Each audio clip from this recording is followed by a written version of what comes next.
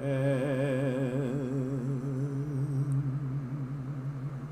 we're streaming away, we're streaming today. I hope you're doing fine. So many streams for you to see. I'm glad you're viewing mine. We're streaming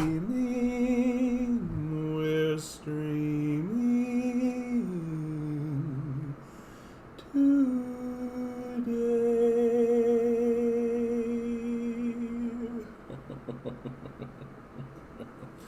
It's always fun to open up the stream with a little bit of music, a little song. Big, lots and lots of news today on today's stream. I'm going to start with the stuff that comes through my Discord. These are from the regular people, my regular Patreons, who on the Discord upload things that they're concerned about, and so I put precedent on what they are saying. Nightmare scenario: Amazon rainforest now releasing more CO2 than it absorbs. And I'll be, how you doing, Drew? Glad to see you in here. I'll be talking about, the world is going to hell and we're alive to witness it. That's sort of the theme of this thing, right? Is for us to all come together and live in solidarity with one another. The billionaires already know, so they're bailing. Yeah. Well, they're not going to be able to bail. Like, where are they going to go? Right? There isn't a moon base or anything for them to go to, right? It's all for show. It's all for show. So, for the first time, parts of the Amazon rainforest are releasing more carbon dioxide than it can absorb due to deforestation and climate change, a new study confirmed. The world's largest rainforest has previously been a carbon sink, absorbing more CO2 than it releases, but the study, published in the journal Nature on Wednesday, found that parts of Amazonia are helping drive climate change. We need these carbon sinks. We are counting on them, John Smoll, a professor in the biology department at Queen's University and Canada Research Chair in Environmental Change, said. When one of the carbon sinks can turn into a carbon source, well, that's a nightmare scenario, and we now have to cut even more greenhouse gases. Although he described the study as incredibly worrisome, he applauded its impressive detailed work in showcasing how parts of the Amazonian rainforest are accelerating climate change due to deforestation, mining, and agriculture. I'm going to skip down to the conclusion. Quite a long, thorough article, well written. We are sleepwalking to disaster, Small said, and you can link what is happening in the Amazon to Canada. You just need to go west and see the forest fires going on. This is a great opportunity. Let's quickly, BC forest fire map, try to keep this stream updated about what is happening on the West Coast. It's very interesting how the wildfires have dropped out of the mainstream media. That the Lytton story kind of spiked up, but as we're seeing, right, we looks like there's, of course, more fires over the year. There are 306 active fires. That's about the same as the last time we checked in on this. And, of course, I have a regular who very concerned about Kamloops. Yikes. So I like to do a special update on Kamloops. Looks like fires cropping up, but nothing quite like the ragers that have been going around in this area here. And of course, we all are familiar with the absolutely heartbreaking story of Lytton, where the fire went through and destroyed that town. And so, of course, we're all praying and hoping for Kamloops here, as it's very well surrounded. And hopefully there are not other communities who are at threat. Because as climate change continues, and as we continue to ignore this crisis that is obviously at our doorstep, we are going to start losing more and more communities. Larger communities than Lytton will be burnt down because of the climate change issue that we are ignoring as a people. There's no other way to talk about it. Like, we're literally banning straws and putting in like a 1% carbon tax. Like, it's pretty embarrassing. Like, should there be any survivors from this catastrophe, I think that the major question that they'll be asking is, why did we ignore it for so long? Like, why? Hey, how you doing, bud? So, moving on to the next. U.S. military intervention is never, ever, ever the solution. This comes from CaitlinJohnstone.com. She does absolutely wonderful work. Every time I've listened to her, or read one of her articles, rather, or read a tweet, she's very prescient, very aware. The imperial propaganda machine is blaring loudly about anti-government protests in Cuba after ignoring anti-government protests in Brazil, Haiti, Chile, and Colombia, where the much larger and often met with much harsher police responses. And it pays to interrupt this for just a moment. Here is a counter protest that is happening that happened in Cuba, in the town of Palma Soriano, Cuba. Here, let's open Google Maps. Google, we're opening the Google Maps. Google, any excuse to open Google Maps. So in the town, because those protests happened in Havana, and now we are seeing in, here, let me get the actual name very quickly so that I can, Palma Soriano, Cuba, perfect. So now in southern Cuba, so we had a bit of a protest happen in Havana, and I do mean a bit of a protest. Like, it was not a lot of people, and lots of evidence to show that there was CIA involvement, lots of evidence to show that people from Miami came down to participate in that protest. And so now here in southern Cuba, we are seeing this protest here, which is for the smaller community, right, a far larger protest. That the protests that happened in Havana were actually quite small when you think about the amount of people there. And Caitlin Johnstone, of course, is doing an absolutely wonderful job pointing out, and she's always extremely well sourced. Like, I'm going to click on any of these, and it's going to bring up an article, right? The mass demonstrations against Bolsonaro, the fight for socialism. She's always extremely well researched, always sourcing, always showing the truth of what's happening in the world. And she goes on to talk about, of course, the massive destructions that the United States has perpetrated. And finally, if every debate about U.S. interventionalism was about Godzilla instead. Person A, well, we can't just do nothing. Person B, dude, doing nothing would be infinitely better than sending in Godzilla to do the thing he literally always does. And I think this is completely accurate. The United States can only destroy the countries they invade or intervene in, right? It's all they know how to do. And ultimately, one has to admit that it's all they're interested in doing. They're not interested in actually helping the people of Libya or of Afghanistan or of Iraq or any of these places. They're not interested in any of that. They're interested in destroying those places. And ultimately, what Johnstone brings up, which is, in my view, completely accurate, is why do we feel that our system of governance is this superior system of governance that we should be imposing on other people? Why should the people who live in the nation not be the ultimate deciders of how they would like to be governed?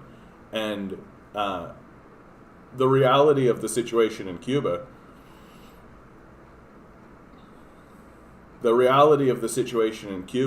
is that they wish to self-determine. They wish to be left alone in terms of how they govern themselves.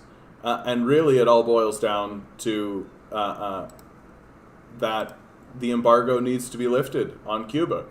The embargo is, without a doubt, one of the largest acts of terrorism and cowardice that a nation can be inflicting. Like, Cuba is a small island nation that would be thriving if not for the embargo placed upon it.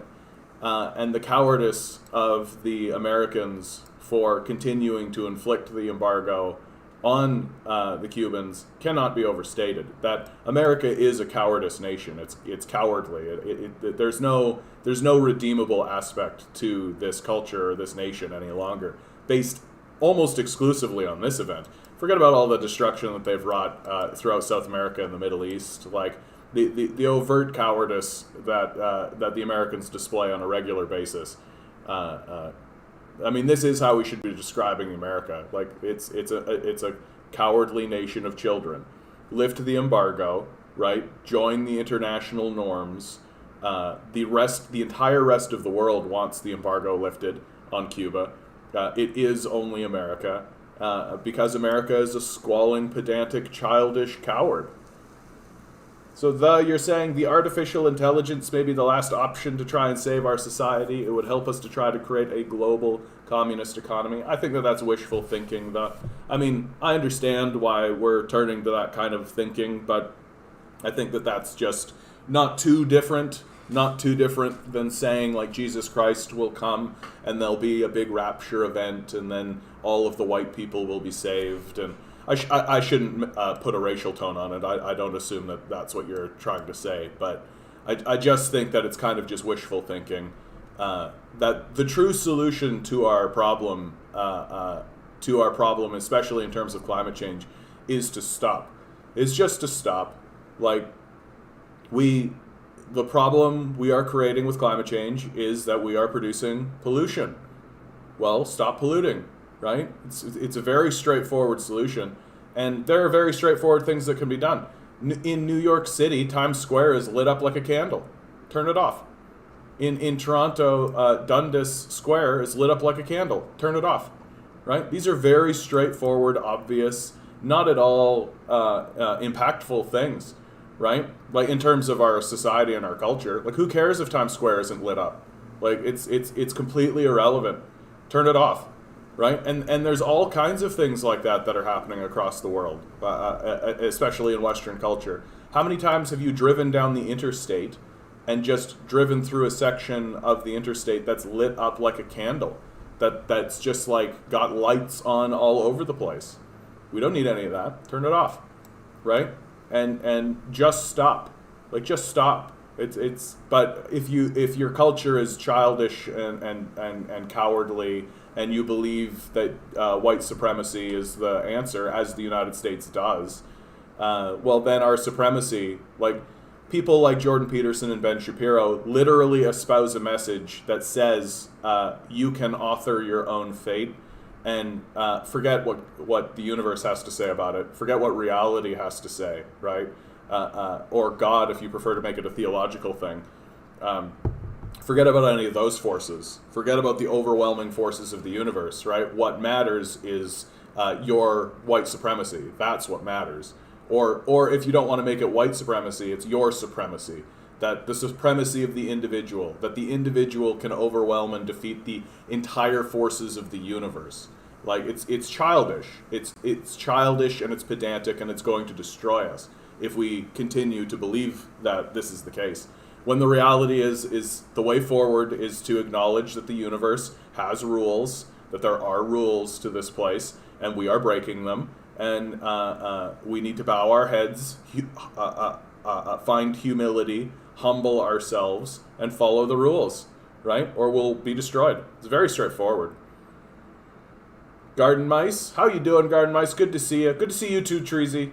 Glad you, I actually don't know if I've ever seen you here, Treasy, so hello. Welcome aboard, and if I have seen you here, I apologize. I have memory issues.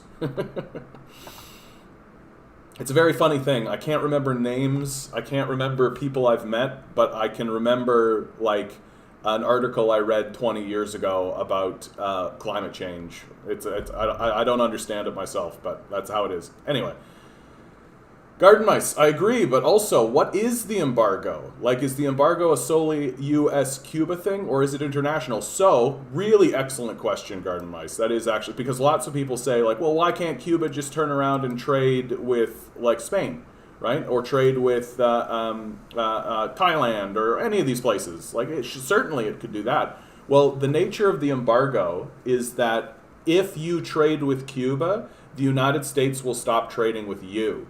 So if you're a business existing in anywhere, right, existing in France, Norway, Sweden, anywhere, right, and you start trading with Cuba, well, then the United States is going to stop trading with you. Now, and if you're a business, would you prefer to trade with the United States, or would you prefer to trade with Cuba, right? I think the answer is fairly self-evident and obvious, that you are going to trade with the United States. Because simply based on population, like straight up.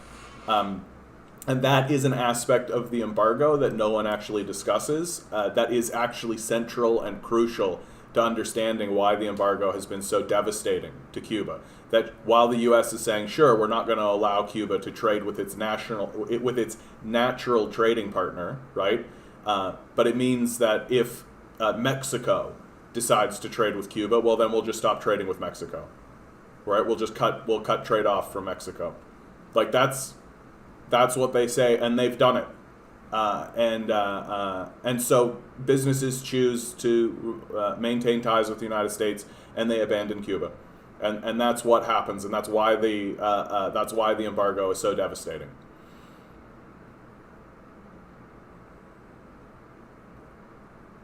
And Treasy, you say, agreed, AI isn't going to come up with solutions that Marx didn't already point out. Let's be real. Well, yeah. And that's the other part of it. Like, I mean, what do you think would happen? Like, an AI would come up with the solutions that would be necessary, and it would say things like, perhaps just stop, or perhaps, like, do things that don't benefit this capitalist system, and they would just ignore it, right? They're not going to listen to an AI that tells them the truth, any more than they would listen to a person who tells them the truth. Garden mice with the Grimes take, yeah. The Grimes take is, I mean, if I wanted to be really polite to Grimes, I would say that she's a young, naive, idealistic individual who doesn't really understand her own position in her own society, right? She doesn't really understand what communism is, certainly. Treasy, been in chat once, just lurking usually. Well, I'm glad you're lurking, Treasy. I'm happy you're here, honestly. I'm happy you're here. AI is supposed to allocate resources everywhere without greed and a bias. It's a neutral technology to help fill a gap that can't be fulfilled yet, because we still need humans to distribute. Well, and again, I mean, any artificial intelligence that runs counter to the demands of capitalism, to the way that capital is structured, will be ignored or done away with. Very simple, right? Like that, if AI begins to distribute resources in a way that's equitable, in a way that benefits people, but doesn't benefit a capitalist or a capitalist system, they'll just do away with it. It's very straightforward. Like, the capitalists are not going to allow an artificial technology to exist that undermines their power. Very, very, very straightforward. Yeah. And garden mice, yeah, that makes sense why it's so devastating to Cuba. Yeah. Like, they can't find trade partners. They can't. Like, I went to Cuba, and when I was there, they had factories that were built and ready to go that were not operating. They had plantations that were there ready to go, crops that they just weren't using. And I asked them, it was very simple, like, why aren't you guys producing? Like, shouldn't you produce? And they're like, yeah, we can't sell. Like, we don't have anybody to sell to. And so, should America, and this is the ultimate truth about what's happening in Cuba, that the Americans are well aware that if they lift the embargo in Cuba, Cuba would thrive, right? And Cuba is a communist nation. And so you would have, off the shore of America, you would have this thriving functioning, superior communist model that would show everyone how rich and well off a society can be if they use Marxist communist principles. And America can't tolerate that. It can't tolerate that. And this ties in with the AI conversation, which is, as long as the capitalists are at the helm, like, they're not going to let communism work, and they're not going to let AI work if the AI starts to come up with solutions that run counter to the communist situation. Automation in general will help with productivity, yeah, but if it's environmentally sustainably focused, it will have to be overruled by the people with capital, yeah. We are in a place now where the capitalists are suicidal. Like, they are suicidal. They're not rational. They care about their own personal power. They care about getting into space.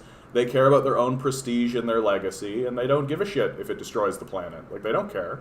They don't care at all. Like, it's literally not in their thinking pattern. Like, when they go to these enterprises where they have influence for some reason, when they walk in, right, they are thinking about, how can I make myself look amazing? How can I look good? They don't give a shit if about environmental issues. It's just not in their thinking pattern. It's just not where they're at. Thus saying, yeah, I'm just saying we need AI to create the perfect communist society. The capitalists would just have to agree to letting the AI run the show. There's the rub. There's the rub. They'll never do that. They'll never do that.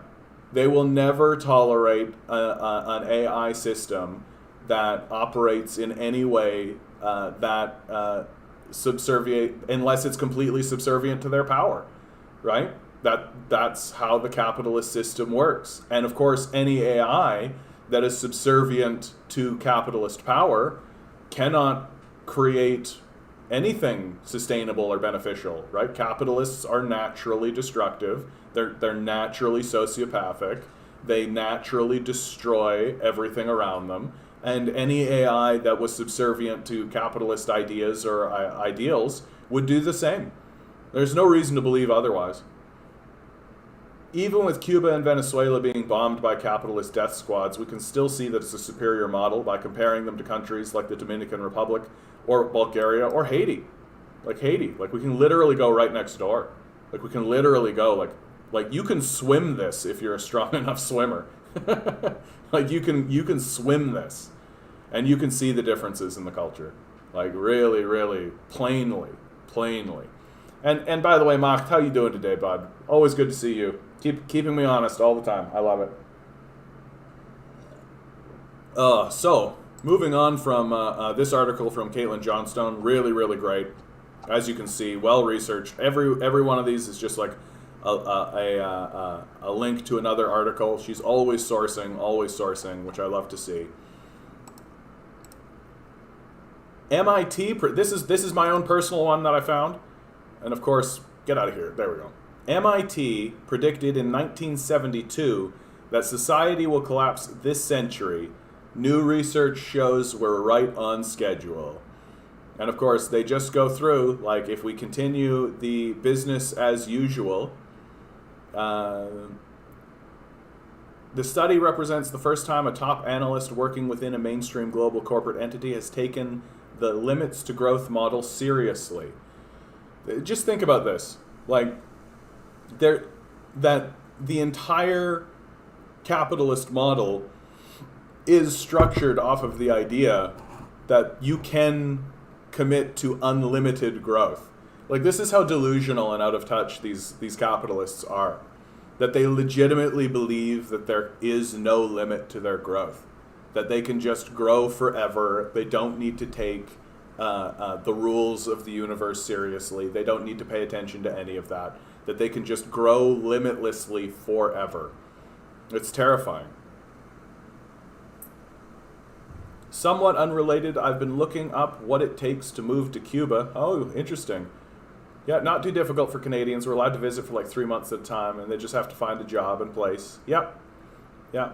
And I mean, Cuba's a beautiful country. It's a beautiful country. The people are beautiful. Like, it's a wonderful place, and there is a real sense of camaraderie. There's a real sense of that the reason why you are working is for the benefit of the community. You're not working for the benefit of a rapacious, sociopathic, pedophilic rapist, right? You really are doing this to, like, the number one thing that I would say is really hurting the Cubans is their lack of tools. That's really what it was. I remember I went to a fellow's house when I was in Cuba, and he was working on putting in marble tiles, right? Just like tiling his floor. And he had a little chisel because he had to get a hole in one of the tiles in order to slide it over a pipe, right?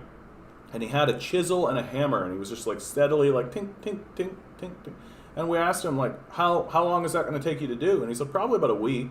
A week of just sort of steadily like tinking away at it, and eventually I'll get through and it'll be fine.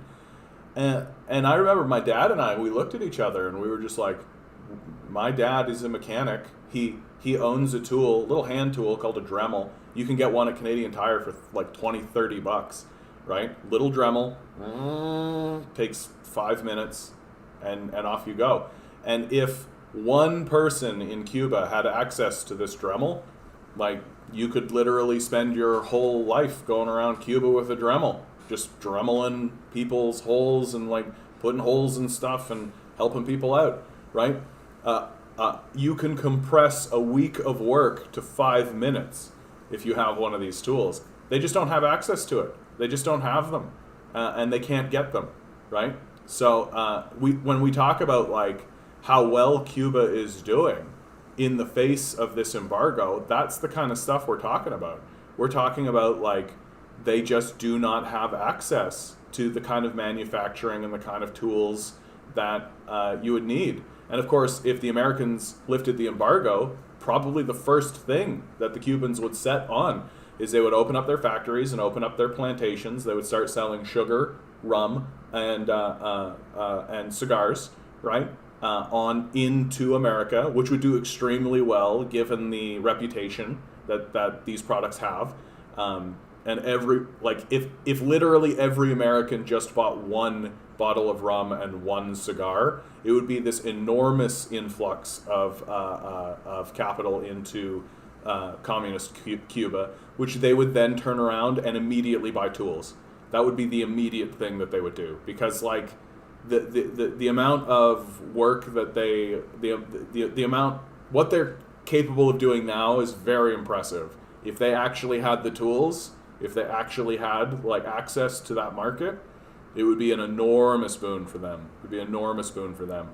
So Treasy, maybe think like you could open up like a little tool shop, right? Sell and just bring over a bunch of tools, right? Bring over Dremels, bring over drills, bring over that kind of stuff. You would do very well in Cuba, I think. The capitalists are using AI to keep wages down. Yeah, they say we need to produce more to get paid a wage that's adjusted to inflation, not even a living wage still. Just get a little more than minimum. We have to outcompete their automation already. Sucks, but they get to do this because they own the machines that produce more than people do. So we need an economic change for sure. Absolutely, though. That's well stated. That's well stated. And the idea that the capitalists are obviously liars, right? They're obviously lying. We've never been more productive, right? The average worker is twice as productive as we were in the 1980s. But wages have been completely stagnated and suppressed. And they're doing this on purpose, obviously, in order to spread misery. That's the goal. Because, again, these guys are sociopaths. Like, they don't actually feel anything except the joy of experiencing someone else's misery. Like, and I know that makes me sound like kind of like, oh, well, embittered communist, but I have come to see that is just the factual truth. It has nothing to do with me being like, oh, those capitalists, and everything to be like, okay, we've got to talk seriously about what's happening in our society.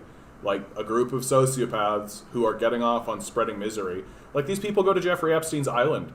Like, we have the documents, we know. Like, the former President Donald Trump, former President Bill Clinton, right? These guys were going and having sex with little girls.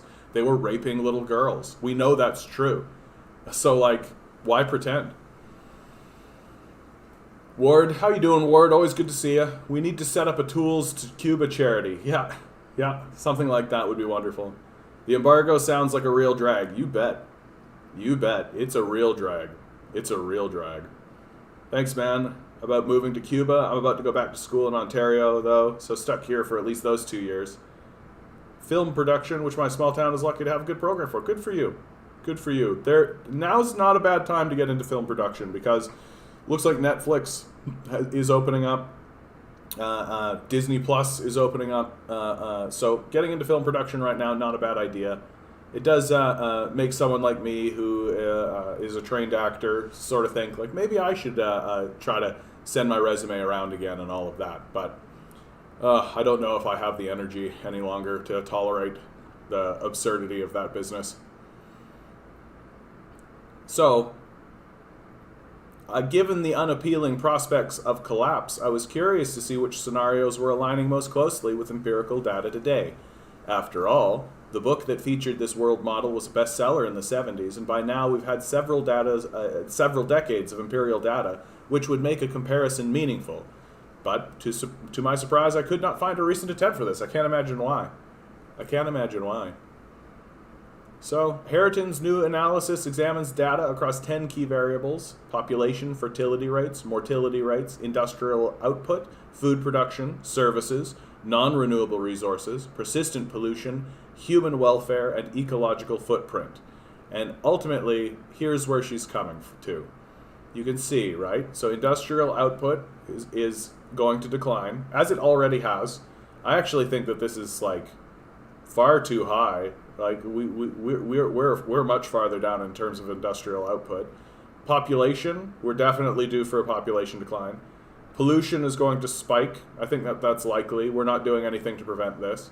And this is going to lead to environmental collapse. And you can see resources way down, way down. Food, that's the terrifying one, right? Food production declines. Because it's far more likely, in my view, that our political class, like, once we begin to experience a decline in fossil fuels, instead of making any attempt to move into solar or any of that in the West, they're just going to go back to coal, right? Like, we are talking about like a psychotic barbarian state. Like, these guys are just going to plunge the world back into coal, right? They're just going to open the coal factories back up. No, I live in Toronto, Treasy. I live in Toronto. And the year I graduated from art school was the same year that austerity cuts occurred across the arts. In some places as deeply as 80%. So it's been a hard go. I have not begun yet stocking up on food, though, but I mean, buy lots of rice, buy lots of lentils. Have a bucket of lentils, bucket of rice. Treasy, green coal, yeah. Green coal, yeah. That's exactly right. Like, the capitalists will sell us on... That's how they'll sell it, right? They'll do anything they can. So, several people injured as catastrophic tornado hits Barrie. Thunderstorm warnings issued for GTA.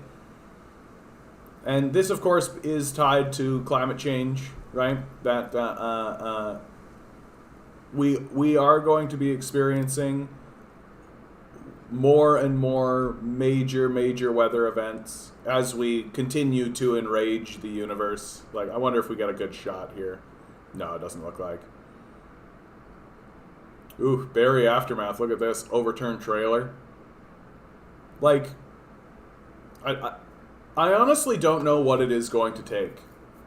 Oh, I'm sorry to hear that, Jeff. I am sorry to hear that, Jeff. Your cousin's house was destroyed, eh? Yikes. Yikes. Oh, well, assuming BC or Vancouver, just as Garden Mice says, move to Vancouver, easier to be an actor out here. Yeah. It's something of a humiliating experience, honestly. Constantly going and selling yourself, like, in a very real sort of a way. And I found that to be very hard.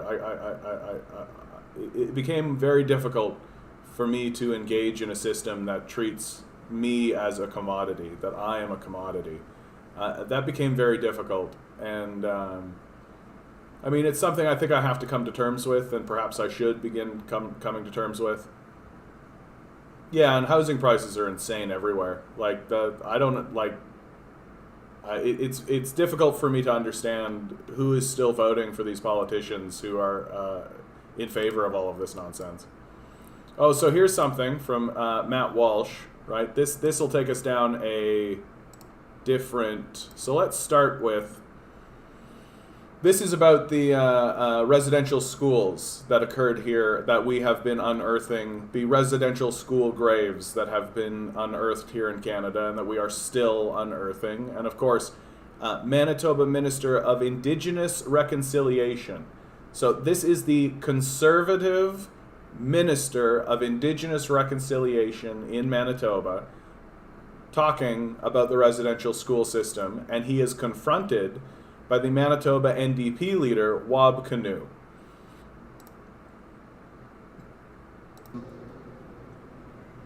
Was designed to take Indigenous children and give them the skills and abilities they would need to fit into society as it moved forward.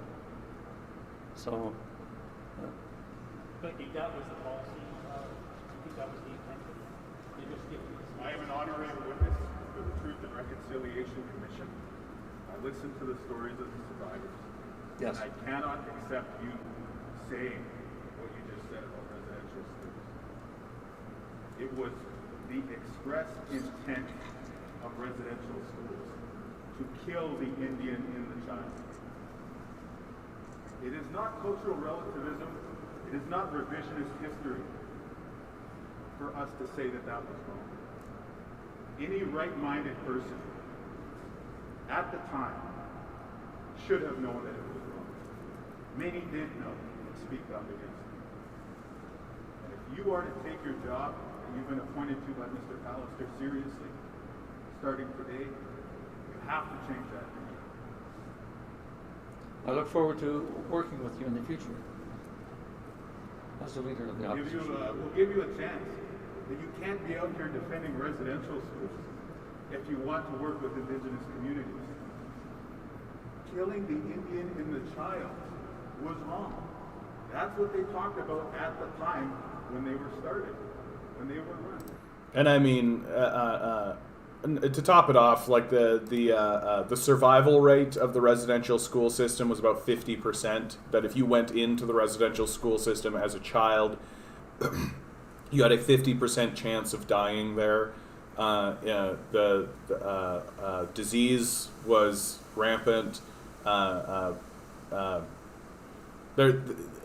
not even to mention the abuse. So the idea that the Pallister administration has put as the Indigenous minister someone who is defending the residential school system, that, in my view, means that that government needs to be removed. And they likely will be. The polls are showing in Manitoba that the Conservatives are done, and that it is NDP leader Wab Kinew that is going to take over. And a brilliant story about this fellow. This fellow has truly has an inspirational story of just coming up out of small communities, fighting for Indigenous rights, coming to take over the NDP. So, absolutely brilliant. And then, of course, in the face of this sort of thing, we have a fellow by the name of Matt Walsh. When you hear about mass graves in Canada, just know that those mean that those mass graves are called cemeteries, and there is nothing nefarious about them. This is one of the most absurd and destructive false narratives in the media has ever concocted. So you'll see this guy, Matt Walsh. He's part of that neo-fascist movement with Ben Shapiro and that group at like the Daily Beast and all of this, who have argued in favor of taxing the poor, who have argued in favor of slavery, right? These sorts of things. You can just take a look at his Twitter feed recently. I tried to warn you people about emojis and you wouldn't listen. His complaint, of course, is that white people and black people are shaking hands in the emojis, right? That there's an array of racial skin colors being shown. Of course, this is a problem for someone like Matt Walsh, who has said, roses are red, violets are blue. If I did a coup, I'd do it with you. Right? This is right in line with Elon Musk, who has said, we'll coup whoever we like, which he said in reference to the coup in Bolivia. White supremacists like this have essentially taken over the discourse, right? That people like Matt Walsh are well-funded, very popular. I mean, how many followers does Matt Walsh have? He has 500,000 followers. So white supremacy is very popular. It's and it's a respected position in American discourse. You can be an open fascist, a neo-Nazi, and that's completely normal. It's been completely normalized in American discourse. And the idea that he is standing up and saying that the residential school system and the mass graves are like a media concoction. I mean, this guy is just a baby. He's just a child that never grew up. It's not even stupidity at this point. It's literally just childish. Like, you have to believe that Santa Claus is real level naivety at this point. Canada's Conservative Party is in shambles. I've been saying this all along, but now here's the Washington Post. Of course, it's an opinion piece, but I can't open it up because it's paywalled. But I'm glad to see that this kind of narrative is going around, because it's absolutely the truth, that the Conservatives will likely fracture after this election, as they have done in the past. And I can only see that as a net good for Canada, that the Conservative Party is a fascist organization at this point. There's no other name to use for what they are at this stage. They're not conservative. Like, they're not genuinely conservative. Canadian history is full of conservatives who have done absolutely wonderful things for Canada. Like, for example, in my home province of Manitoba, it was a conservative government who tripled the size of the provincial budget, right? Increased government spending by a factor of 3 in order to implement an education system, right? That was a conservative government that did that, because in my view, that's a conservative thing to do. Oh, we should have an educated populace. That's a conservative idea. And the discourse has gone so far to the right, the Overton window has shifted so far to the right, where fascism and Nazism have become acceptable political positions again, that people don't actually know what conservatism is any longer, right? They don't really understand that you can be a conservative and still want to implement government programs. You can be a conservative and actually want to help people, right? Conservatism today has become synonymous with fascism and Nazism. That if you're a conservative, you're supposed to be denigrating people. You're supposed to be destroying cultures. You're supposed to be abandoning your fellow citizens, that sort of thing. But in my view, that has nothing to do with conservatism. That's just fascism. And it's going to destroy the Conservative Party, because the populace is waking up to the reality of this, that the Conservative Party is not really a political party. Their objectives are to commit mass austerity against the populace, and to privatize all social services. Those are their objectives. You're not a political party if that's what you're saying. Like, you shouldn't be part of the discourse, and soon they won't be, and we'll be better off for it.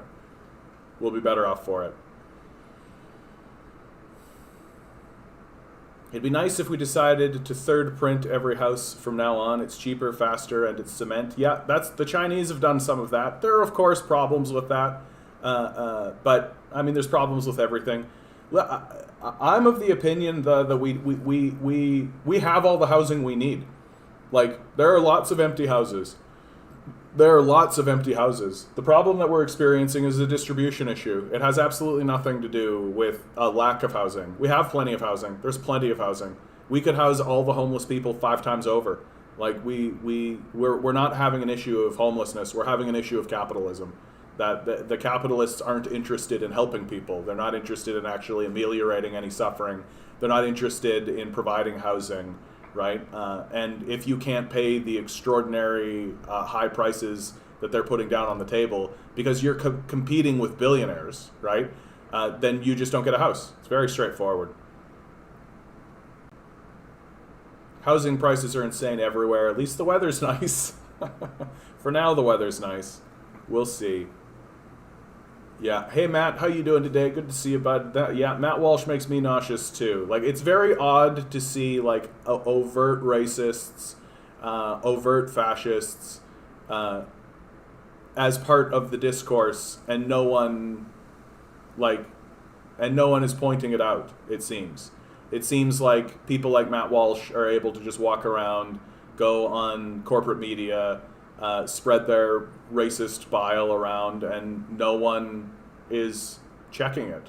And it seems like, every so often you'll get like Cornel West for 5 minutes on, CNN talking to Anderson Cooper for a little bit, and Anderson Cooper will like fake cry or whatever. But like, there's no genuine discussion. And in my view, this really is shown by how Noam Chomsky has clearly been blacklisted from corporate media, right? Like, they will not have a conversation with Noam Chomsky, even though he's the most cited intellectual in the world, right? He's the most cited intellectual in the American discourse, and corporate media will not have an interview with him. He won't go on Charlie Rose, or he can't go on Charlie Rose, right? He can't get an interview with any of these guys because he tells the truth and they know it. So here's Noam Chomsky talking about what's going on in Cuba. The best work on Cuba's astonishing role in southern Africa is by Piero Gliezes, a fine international relations scholar at Johns Hopkins. He's highly respected in scholarly circles, but nothing can break through the iron wall of doctrine on China. Pretty remarkable in free society. There's a lot to criticize about the Cuban government. In fact, I've done so on Cuban national TV and radio and in public meetings in Havana. But the record is positively saintly as compared to the U.S.-backed states of the region, and there's a lot to admire, too. It's also true that there are hideous human rights abuses in Cuba, some of the worst in the hemisphere, in the Gitmo horror chamber. It's amazing that Cuba has survived the relentless 60-year U.S. assault, now perhaps on the verge of triumph by crushing the Cuban economy. The reaction in the mainstream here is despicable. No, it's hardly surprising that Noam Chomsky can get on Cuban national television and radio, right? He can't get on national TV. They won't have him on NPR. He can't get an interview anywhere, right? He's been blacklisted. And he's the most well-known, well-sourced intellectual on the continent. Scourge God, how you doing, bud? Good to see you. Chomsky is the imperial version of Michael Parenti. He does not tell the truth. He's vehemently anti-communist. His comments on the USSR are disgusting. I think I disagree with you. Just straight up. I think just black and white. You and I are just going to disagree. I've read everything that Chomsky has ever produced, and I don't agree with that assessment at all. That Chomsky is a realist. He, for example, lots of people gave him heat for his position on voting Biden over Trump, right? But I think his point had merit, which is you have to follow the avenues that you have access to, and electoral politics is one of those avenues. And if you have to choose between two rapacious imperialists, it's better to choose between the one who acknowledges that climate change is real. And I'm not sure which comments on the USSR you're actually referring to, but everything I've seen Chomsky say about the USSR are fairly accurate. Fairly accurate. It's his accuracy that unsettles people. Chomsky,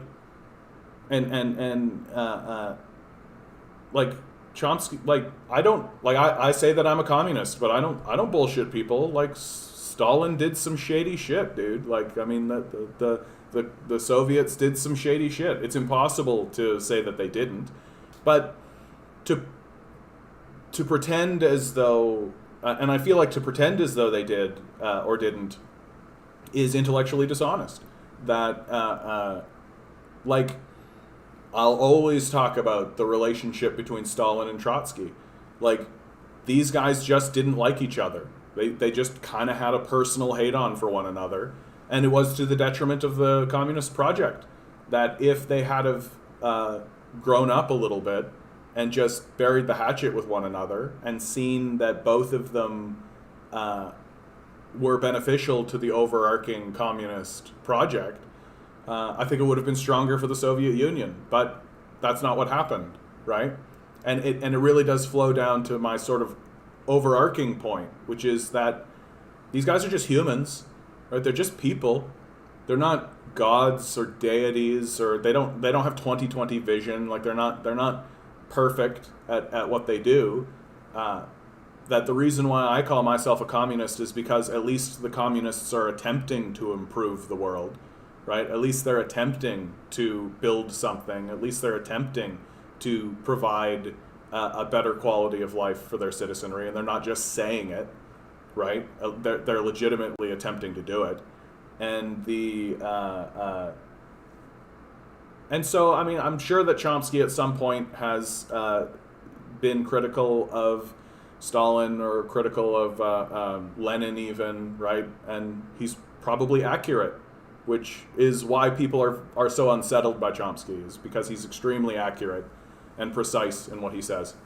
And Scourge, I'll 100% look at anything that you have to tell me to search up something. Unfortunately, you can't link in the chat. If you donate $1, you can join my discourse, and then you can link in the Discord, and we can communicate that way.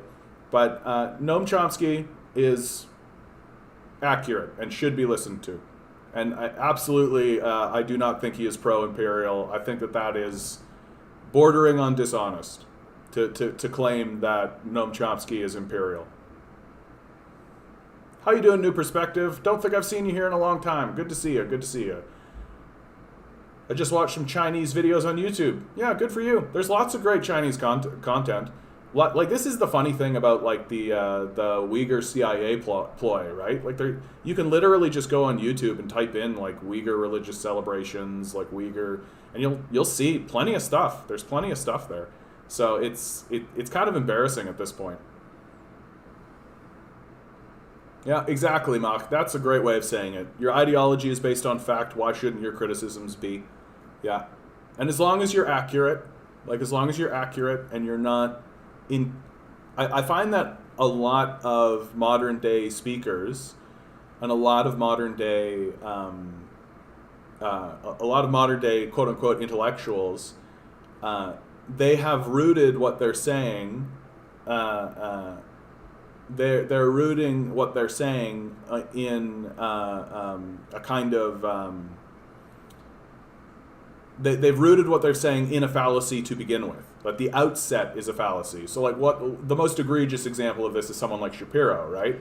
Shapiro roots, all of his thinking is rooted first and foremost in the idea that the Torah is a magical book, that God gave us a mystical document that we are supposed to follow, and that that magic is real, and so he attempts to align his worldview to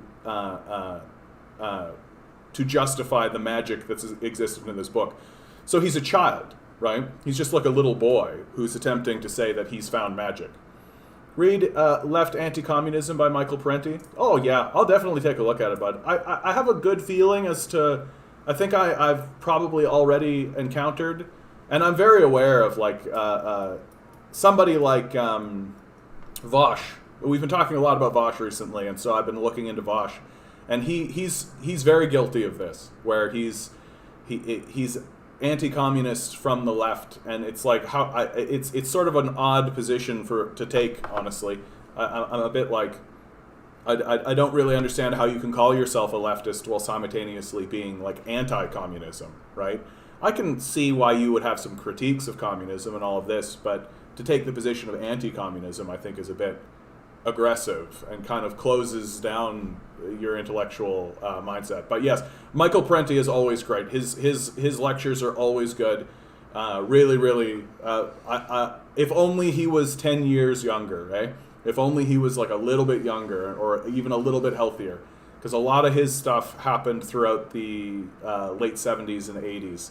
And then has kind of, because of YouTube, has recirculated. And he himself is not in well enough health to... And ultimately, I find that when it comes to conversations on the left, the best thing to do is to be open and forgiving with one another. That the biggest problem that the left has is the left and its inability to kind of put down its moral purity and its inability to put aside minor complaints in favor of solidarity, right? And nowhere is this more obvious than the ongoing conflict between the anarchists and the communists, right? And I mean, of course, the communists themselves split off into Maoism, Stalinism, Leninism, Trotskyism, right? All of these sort of divergent thinking and theories that only serve to empower the imperial West, right? That as long as we remain fractured and attempt to maintain our moral purity, then we can never actually align on issues that are very obvious. Like, everyone should have food and shelter. There you go. I think if you're disagreeing with that, then you're not a leftist. Period. Like, everyone should have food and shelter. I don't think you need to be like a special kind of leftist to agree with that. Like, you don't need to be an anarchist or a Trotskyist or a Maoist or a Stalinist or a Dengist or any of that. Like, you don't need to be any of that. Everyone should have food and shelter. That seems really obvious. The only people who disagree with that are imperialist capitalists, right? So we should be aligning with one another on very simple, clean ideas, and of course keep an open democratic system so that we can continue forward in good faith debate. That's my hope. Is the history of communism and leftism is full of kind of bad faith moments and bad faith arguments and bad faith debates. And my hope is that we would be able to move forward in good faith with one another. Because if we don't do that, well, then it's completely to the benefit of the Imperial West. You think Vosh is an op, eh? Like, you think he's straight up CIA? I don't know if I agree with that, but he's definitely a friend of the CIA. I think the CIA is very happy to see somebody like Vosh. I just think Vosh is a liberal. That's all. I see this all the time. Somebody like Destiny, it's just a liberal, right? So just pro-capitalist, but yeah, maybe nice things can happen every so often. New perspective. Many Chinese agree with you. I do hope you know Chinese, so you'll find lots of friends in Chinese community. These Chinese are around the world. Many of us know what capitalism really is. I'm attempting to learn Chinese. What I'll do is I'm an auditory learner. It's probably why I talk so much. I find myself while I'm reading out loud, like I'll talk, and because that's the best way that I learn. And so I'll put on there's lots of stuff on YouTube to learn Chinese, and so I've been trying to put on. I haven't got much farther than ni hao, because I'm just starting, right? But ni hao, right? Like it's just a good hello, and hopefully I'll improve as time goes forward. But my ADHD brain pings me all over the place, and I'm very bad at like sticking to task. So as you can see with all the links and everything, and I'm kind of all over the place all the time. But hopefully, I would like to learn Chinese, because I just think, I mean, in many ways, I'm actually quite grateful for the Uyghur genocide CIA grift, because it really opened my eyes up to how interesting and beautiful China is as a culture. People really try to peg me as being blind to China and pro-China, but I'm not really pro-China. I'm pro-humanity. And China is just this beautiful example of humans coming together and building a civilization. China's been around for 4,000 years. It's absolutely incredible just by the force of its existence and its history. I've been picking up a book. It's buried under a bunch of other books I won't do it. But the history of China, and going from the feudal warlord period to the Qing dynasty, right? And a lot of very interesting events have occurred throughout Chinese history that have really built the foundation of who they are as a people. And now in the modern era, they're showing everybody that China is here to build stuff. Like, that's really what China's about right now. Like, it's here to build stuff, dude, and they are building. And I think that's the number one reason why the West is afraid of China, because China, while the West is going around the world blowing everything up, spending all of it, and eventually blows itself up, China is literally just like building shit. They're just building and building and building, and that by itself is fascinating. It's fascinating to see a culture that's actually just said, hey, we could just build a bunch of shit. Like, why are we not building anything? Like, how brilliant would it have been to live during like the boomers? The boomers got to live during the building of the interstate highway system, right? Like, if I was alive during the building of the interstate highway system, yeah, like you'd be able to find work no matter what. You'd be able to like walk into anywhere and get a job anywhere doing anything because you're building an interstate system. That's incredible. And I feel like a similar thing is happening in China. They're building high-speed rail all over the place, high-speed rail across the world, right? Like, it's what a brilliant time to be living in China. Canada really is a joke in China now, but not only Canada, also the USA. Well, yeah, and like, Canada should be absolutely a joke. Like, we are the lackeys to the United States. Like, our position really does seem to be, hey, they're not if they're bombing you, they're not bombing us. That seems to be the Canadian position when it comes to U.S. relations. Because, like, we just kind of go along with the U.S. We just kind of, like, say, okay, haha, yeah, we can't send troops, but we'll fund things and we'll sell arms, I guess. Haha, yeah, please don't bomb us. Right? That really does seem to be the relationship between the United States and Canada. It's kind of pathetic, right? Pathetic in that kind of, like, no heart beastly sort of way. If you're not familiar with that reference, like, it's like every villain you've ever seen in any television show or movie always has some kind of incompetent, insipid sidekick who bumbles around and does all their stupid, like Shredder from the Teenage Mutant Ninja Turtles has Bebop and Rocksteady, right? Well, we're the sidekick, right? We're the incompetent, stupid sidekick on the side of the United States whose only objective is to destroy, right? Like, they don't have another objective. They're not interested in world building. They're not even really interested in spreading democracy or anything. They're only kind of interested in seizing resources insofar as it fuels their desire to continue destroying, right? That's it. And we here in Canada are just kind of like the little toady on the side being like, yes, sir, whatever you say, sir, of course I'll go. Yes, absolutely. Oh, whatever you say, sir, of course. That's us. Like, there's nothing to be lauded in Canada. Like, we're not building anything. We're not building relations with the rest of the world. We're not trying to communicate with the rest of the world in a way that is equitable or egalitarian. We really are just the toadies to the United States. And on that point, let's go back to Cuba. That tells you exactly how horrific the United States is acting in regards to this Cuban embargo, because even Canada votes in favor of lifting the Cuban embargo. So here we are, the toady sidekick to America, being like, yes, sir, whatever you say, sir, of course, ha, ha, ha. And even we are saying, well, we could lift the embargo, don't you think? Right? Like, I don't know why I'm giving this guy a British accent, but I feel like the Brits are pretty much in the same position that Canada is when it comes to its interaction with the United States. Just as long as you're not bombing us. Go bomb somebody else, that's fine.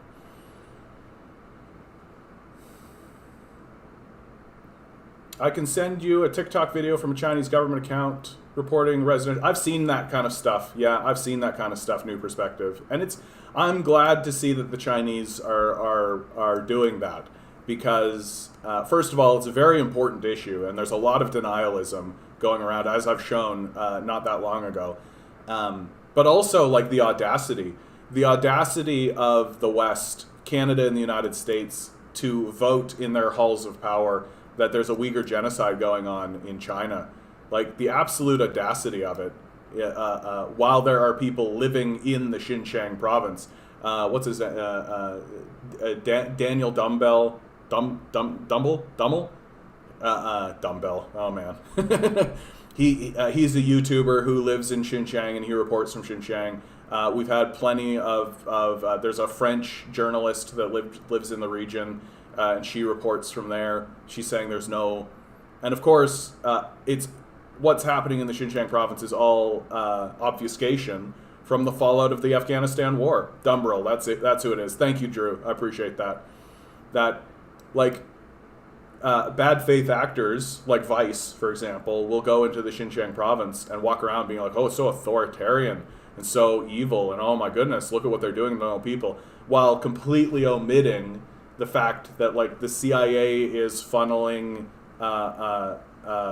Uyghur separatists, terrorist organizations like the East Caucasian separatist movement, who have literally gone into the transit system in Xinjiang and, like, murdered 150 people with machetes.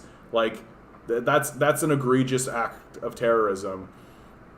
And so, yeah, of course they're going to have security checkpoints. Of course they're going to be checking up on people. Of course they're going to put up military-grade surveillance systems. Of course they're going to do that kind of stuff. They're in the middle of a military conflict caused by the destruction of Afghanistan. Like,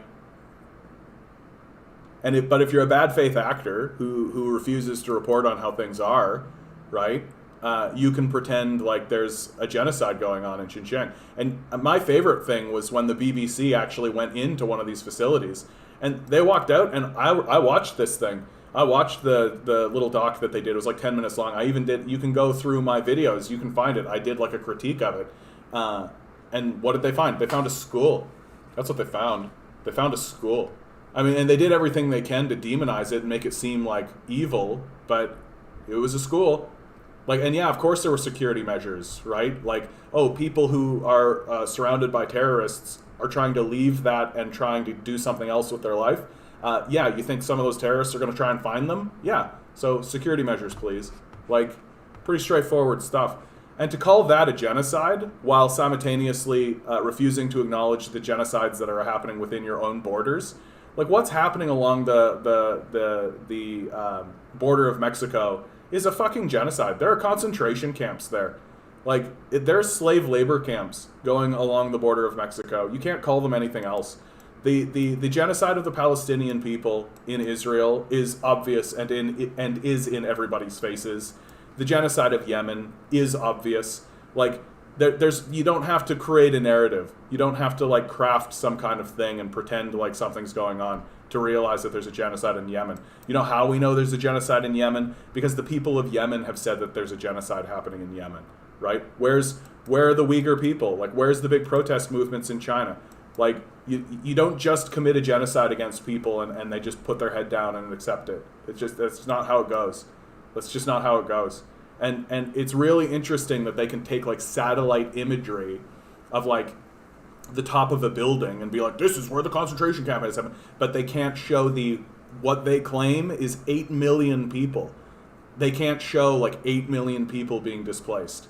Like, so they can have satellite imagery of the top of a building, but no, they can't actually have satellite imagery of, like, the major military campaign that it would be to actually round up 8 million people and get them into these facilities, because it's not the same fucking thing. It's just not the same fucking thing. Anyway, I talk about that a lot on this channel, and my regulars, I think, are tired of me talking about it. So, yeah, this is a great point to bring up, Mocked. The before Chinese intervention in Tibet. Yeah, so much for the Free Tibet movement. Before Chinese intervention in Tibet, life expectancy was 35.7 years.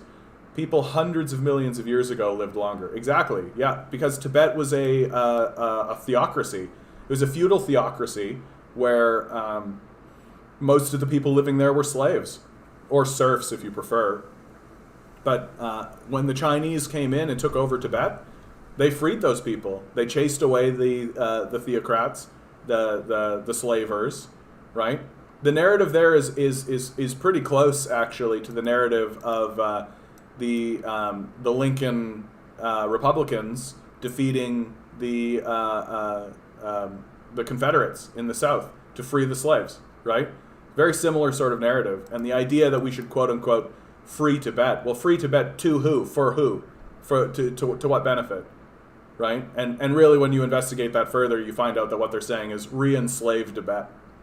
No thanks. No thanks. Hope you guys are all doing well.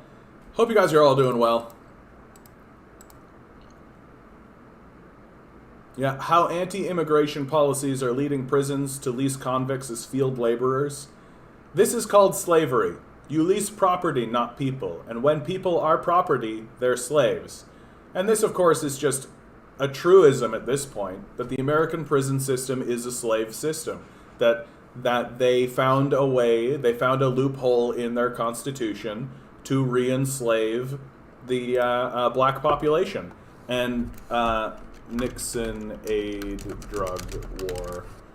This is something that everybody should know. And of course nobody knows about it. It was reported like once on CNN. So this is one of Richard Nixon's top advisors and a key figure of the Watergate scandal said the war on drugs was created as a political tool to fight blacks and hippies. According to a 22-year-old interview. So this is John Eichelman. The Nixon campaign in 1968 and the Nixon White House after that had two enemies, the anti-war left and black people, so communists, right, and black people. You understand what I'm saying? We knew we couldn't make it illegal to either be against the war or black, but by getting the public to associate the hippies with marijuana and blacks with heroin, and then criminalizing both heavily, we could disrupt those communities, Eichelman said. We could arrest their leaders, raid their homes, break up their meetings, and vilify them night after night on the evening news. Did we know we were lying about the drugs? Of course we did.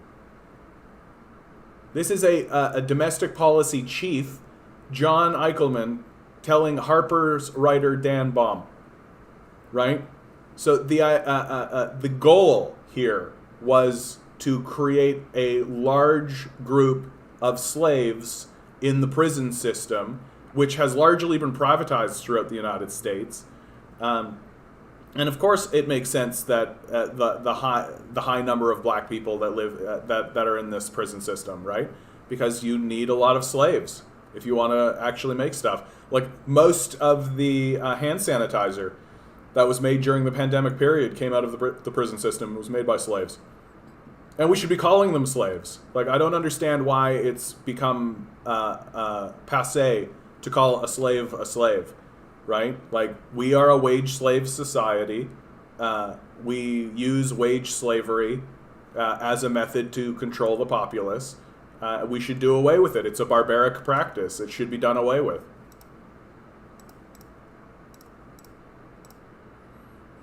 Ah, yes. What thing from your teenage years do you think should make a comeback? The prevailing belief that Nazis are bad? Like, I'm not sure when it happened that we were supposed to tolerate Nazis in the discourse, or fascists in the discourse. I'm not sure when this happened, where assuming that your politicians and your police forces should protect you from Nazis became like that's the extreme position. The extreme position is that you expect your society to be free from Nazism and fascism, that somehow that's the extremist position now, instead of Nazism and fascism being the extremist position. I'm not sure exactly when that happened, but like, I remember when I was growing up, I was watching movies where the protagonist would just murder Nazis, and everybody was just like, good, yeah. I'm literally like a 10-year-old watching Indiana Jones shoot Nazis to death, and my parents are like, haha, good, right? Because their parents went overseas and murdered Nazis, right? And then came back and we threw parades for them. And yet now suddenly I'm supposed to be like, oh, this Nazi over here is talking about Nazism. That's fine, right? Oh, you just need to defeat their bad speech with good speech. That's childish. That's just a childish position. Like, believing that Nazis care at all about conversation or communication. We have quotes and documents from the Nazis that are like, yeah, we love it when these liberals say that they can defeat us with debate, right? We love that. That allows us to spread our doctrine around freely, and we don't care if they're going to check. Like, we don't give a shit about that at all. The thing that Nazis are afraid of is if you go and you smash them, right? As we should. Like, there's an organization called Canada First that runs a Discord server. We should round all those guys up and arrest them. And that should be the end of the conversation. Like, it's not a free speech issue. Inciting violence against minority groups is not free. It's not protected speech, right? It's not protected speech. When they sold the rights to Wolfenstein? Are you talking about the video game? And who sold the rights? You think this is the moment. You think this is the moment when, like, it became cool to be a Nazi.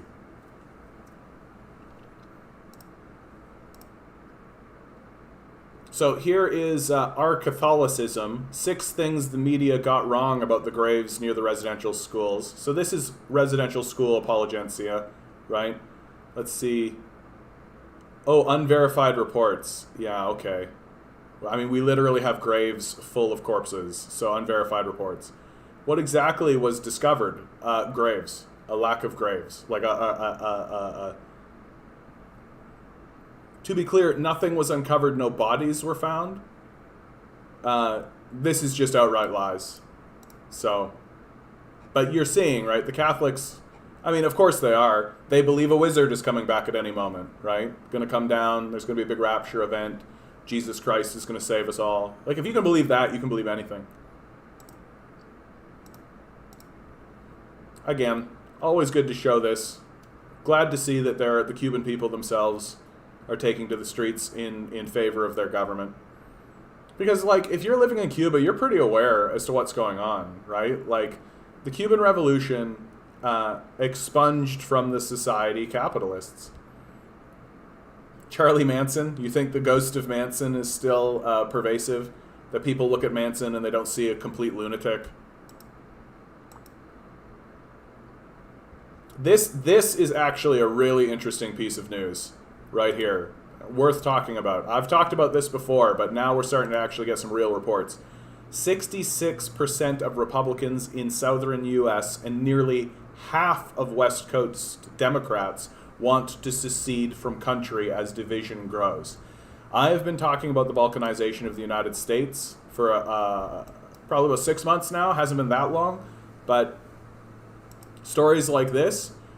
Let's see. The poll released on Wednesday by Brightline Watch and YouGov reveals that a large portion of Americans from across the U.S. want their regional area to secede from the Union, while Southern Republicans and West Coast Democrats apparently are the most dissatisfied. In total, 44% of Southerners support secession, with 66% of Republicans expressing a desire for the South to part ways with Washington. Half of Southern independents also expressed support for secession, as did 20% of Democrats. Over on the West Coast, which included Alaska and Hawaii, there was less desire, with a total of 39% is still high. Like, that is a lot of discontent. That's a lot of people saying that they want to secede. And I wonder if they're going to be more specific about this. Well, and new perspective, I mean, that's not really a Chinese position, right? All of the polling shows, when you talk to anybody, so like, you poll the United States and you ask the question, who is the largest threat to world peace? The U.S. historically has said Iran, but now that's becoming more and more China. Well, the rest of the world, the entire rest of the world, says it's the United States, right? Like, and I'm not talking about like just India, Pakistan, and like the Middle East and all this. I'm talking about major European nations: France, Spain, Portugal, Germany, Poland, Norway, Sweden, Finland. The United States is the largest threat to world peace. And like, of course, all of South America. So like, you can be very, very confident in saying that that you are completely in line with international norms when it comes to that kind of belief in that statement. And new perspective, you're not in China, eh? Like you've got to, because it would be middle of the night or like really early morning right now in China. Where are you coming in from, bud? He carved the symbol into his forehead as an anti-establishment gesture. I think you know more about Charlie Manson than I do, Ward. So, but you do think like it's got something to do. I actually think that the upswell in Nazism can be more readily attributed to just a online video game culture where young kids see getting involved in this kind of Nazism thing because there's no serious consequences for them to engage in that, and it pisses their parents off, right? And then you get funneled down this what's called the alt-right pipeline. And because they don't genuinely, because they're living in their parents' basements and they don't genuinely have like a life and they're not really connected to anything serious. They're little kids that never grew up, as I've been saying over and over again. I just feel like they've found their father figures in fascists like Peterson and Shapiro, right? And once you have your daddy, right, because you're a child that never grew up, once you have your daddy figure, it's very difficult to move on.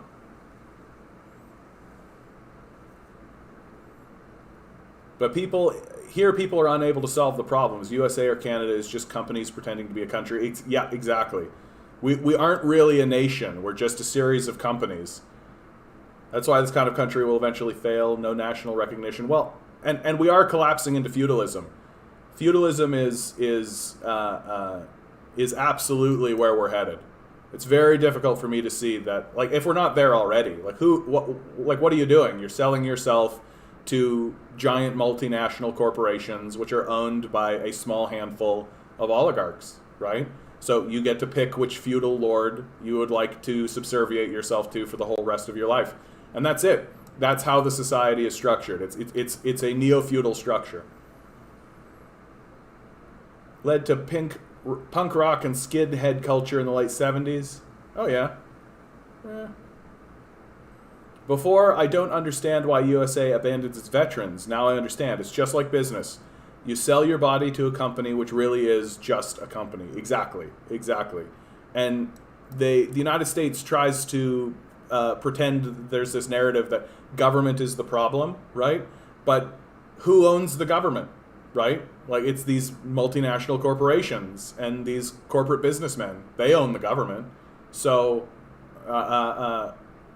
the issue that we're having is we've experienced a corporate coup d'etat, and these corporate owners are sociopaths, right? They literally rape little girls. Like, what do you think Jeffrey Epstein's island is about? Like, and you think that Jeffrey Epstein's the only guy doing that? You think that there's only one of these places? No, like, no, for sure, like, for sure. People like Jeff Bezos are funding it. People like Elon Musk are funding it. Like, these guys are sociopaths. They get off on torture. Yeah, Brightline Watch described the numbers as distressingly high, while data journalist Christopher Ingraham called it the most disturbing data point I've seen in a while. Well, yeah, because you got to... here we go. So, the South, which includes like Texas, Florida, right? Lots and lots of southern states, sitting at about 44% overall, but 66% of Republicans want to see a secession. And you just know that the southern states, if they were to secede, would definitely not put slavery back on the table, right? That definitely wouldn't happen. But you are seeing, like, in the Pacific, 39%, the mountain region, 32%. So you're looking at 30%. Right? Like, if we went across the board, you could pretty safely say that 35% of Americans want to secede from the nation, right? So 30%. That's an enormously high number, right? That's a distressingly high number if you care about the United States remaining a federated body. And who would be the most likely to secede, do you think? Probably Texas, and then probably California, right? And probably Texas, especially now, as during the Black Lives Matter protests, lots and lots of people retreated to Texas. Lots and lots of millionaires retreated to Texas because Texas has favorable policies for these guys. And then it's also where the Black Lives Matter movement wasn't so destructive, right?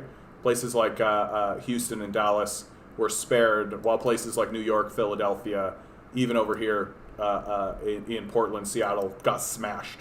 Just got absolutely smashed. And so Texas probably the most likely to secede. California has had secession on its ballot for the last few elections. So in my view, this is only a matter of time, right? That as the United States continues to abandon its own citizens, as it refuses to acknowledge that you need to actually have a government, you actually do need to govern, you actually do need to care about one another, that the government that you have in needs to actually care about the interests of its citizens. And if you don't, well, then the union is going to fall apart. And this is going to turn into a civil war, right? It is going to turn into a civil war. It's very, very difficult for me to perceive that the United States does not march towards a civil war. I mean, if it isn't already there. Like, I mean, for God's sakes, like the Black Lives Matter movement was complete with like full-on riots and like there was a protest movement, certainly, but there were riots, full-scale destruction, and the result of that has been huge levels of retirement from the police force, as well as a complete diminishment of the amount of people who are willing to become police officers, to the point now where Joe Biden has needed to double the budget for recruitment, right? He has doubled the budget for recruitment because they see very accurately that being a police officer right now in the United States is unpopular. That even if you are like a murderous psychopath who wants to kill black people, which is what is required to be a cop, or at least you have to be willing to tolerate that kind of activity. Well, you're starting to see that no, these guys are starting to shoot back, like they're starting to fight back. And do you really want to be a cop when the people you're murdering are actually actively fighting back? No. There are easier things to do. And when you're this kind of coward, which is what is required to be a cop in the United States, when you're a coward on that kind of level, where you're willing to murder the most vulnerable citizens, where you're willing to incarcerate the most vulnerable people, where you're willing to kick in people's doors and shoot them while they sleep, where you're willing to do that kind of activity, you're a massive coward in the first place. And so now that the people are actually fighting back, right? Now that they're actually pushing back, well, because you're such a massive coward, you're not going to actually join the police forces any longer, because the police forces, and with the incarceration of Derek Chauvin, now it's obvious, I can't just execute people in the streets anymore freely, right? There'll actually be consequences for my bloodthirsty sociopathic murder? Oh, okay. Well, then I won't become a cop. And so that kind of dissolution of military force, which the federated body of the United States has used in order to enforce its power and authority, is starting to dissolve, right? Like these forces are starting to dissolve. And if that's the only thing you've been using to keep your country together, well, then it's going to fall apart. And honestly, I think that might be for the best. Like, we need to be dissolving white supremacy. We need to be dissolving the institutions that are built on white supremacy and rebuilding new ones, new arrangements and new agreements based on mutual interest and mutual cooperation, right? Well, a way to start that is to dissolve the union that's built on white supremacy and the destruction of the populace, and for each state to begin agreements with those around it based on mutual aid. Yeah, think local is gaining traction. Yeah. And you got to be careful with think local, right? Because think local, while it sounds good, and it definitely, is something that we need to be doing, it also has a nationalist vibe about it, right? The nationalists certainly think local, right? Protect your own, that kind of thing. So I'm actually quite skeptical of think local as an idea. I think that there's a lot of far right fascists who can co-opt that very easily. I think corporations can co-opt "think local" as a slogan. But at the same time, I mean, we are going to have to think local because we are going to be abandoned. That's something to always remember, right? We are going to be abandoned. Like there is no other narrative. We're not suddenly going to like elect somebody and suddenly there's going to be like a reunification moment and suddenly there's going to be a big pouring of resources into the lower classes. There isn't going to be a big jobs program. There isn't going to be any of that. We are going to be abandoned. And so think local. I mean, that's what we have to do, because our political class and honestly our population is so gullible. Like this is something that's pretty astounding to me. That I used to be like kind of a top-down sort of a thinker, but recently I've become more of a like think about the population, because the population is the people who are voting for these guys and who are actually putting them in power. And more, especially as I have more conversations with people, I've come to see like people are fucking gullible. Like they are fucking gullible. Like think about the people who genuinely watched Reefer Madness and thought that was serious. Right? Like that's the kind of gullibility that we're talking about. Well, I don't know if I can read any of that new perspective. Chinese is unbelievable. Like if I didn't know that was a language, like and Chinese characters and Chinese writing is absolutely astounding. Like it's an art form in and of itself. Each character is like its own brilliant piece of art, and like, just the way that it must have evolved and shifted and changed has such a beauty to it. Let's just look at it. Just look at this. It's anyway. That's incredible. Can throw it in Google Translate. Yeah, let's take a look. I'll take care of it. Here, Control-C. Google Translate. Detect language. We are doing Chinese, I assume. I'm not sure what dialect I'm learning. So I'm going to say traditional. Enter text. The Chinese people's insights and sharp language about the world situation have made the underpants of European and American capitalists and politicians disappear. So they hate us Chinese. Whether I am in mainland China or North America, we Chinese are well aware that in North America we have the lowest political status, ranking below blacks, Muslims, and Mexicans. Oof. Oof. It's quite a statement, mate. It's quite a statement.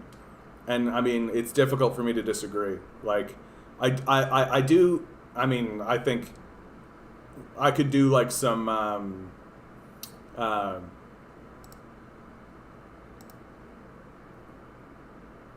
any point I would make would be just like a technical kind of discussion, and it's beyond meaningless to do that kind of thing in my view. I will say that as xenophobic propaganda has gone against China throughout the United States and Canada, we've experienced definitely an uptick of anti-Asian hate, violence against Asians, violence against Chinese. That's definitely happening within the borders of Canada. Even CSIS, even our spy network in Canada is saying that that's the case. So it's just like, these are very difficult times and very dark times, and it sucks because I know that we could do so much better. Like I know that we could do so much better. There are like obvious things that we can do, like obvious things that we could do. That at this state, like something like a basic income, for example. Like I keep talking about basic income, and I don't see that as like a final, like the end of problems, but like. Everyone needs to have food and shelter. Everyone needs to be protected from economic collapses caused by neoliberal capitalism. What's a way to do that? Give everyone access to these markets you say are so good, right? And here's the thing. If you passed a basic income and it didn't work, well then stop, right? Very simple. That's okay, New Perspective. I understand. I understand. We're all struggling, and I'm here to support everybody in how they need to communicate about things. And it's very difficult for me to believe that this secession conversation is like, these numbers are only going to go up, and they're only going to go up based on one principle alone. Why am I not getting anything for my taxes? That people in the United States, there's like a big anti-tax movement in the United States. I don't know if you've noticed, right? Like the libertarians, for example, are sort of the vanguard of anti-taxation. But lots and lots of people are beginning to say, like, wait a minute, like I'm paying all this tax and I'm getting nothing for it. And then if you actually investigate, well, where are my taxes going? Well, they're going to bomb people in the Middle East. They're going to destroy Libya. They're going to coups and military activity throughout South America, all of which are worthless, have no value whatsoever.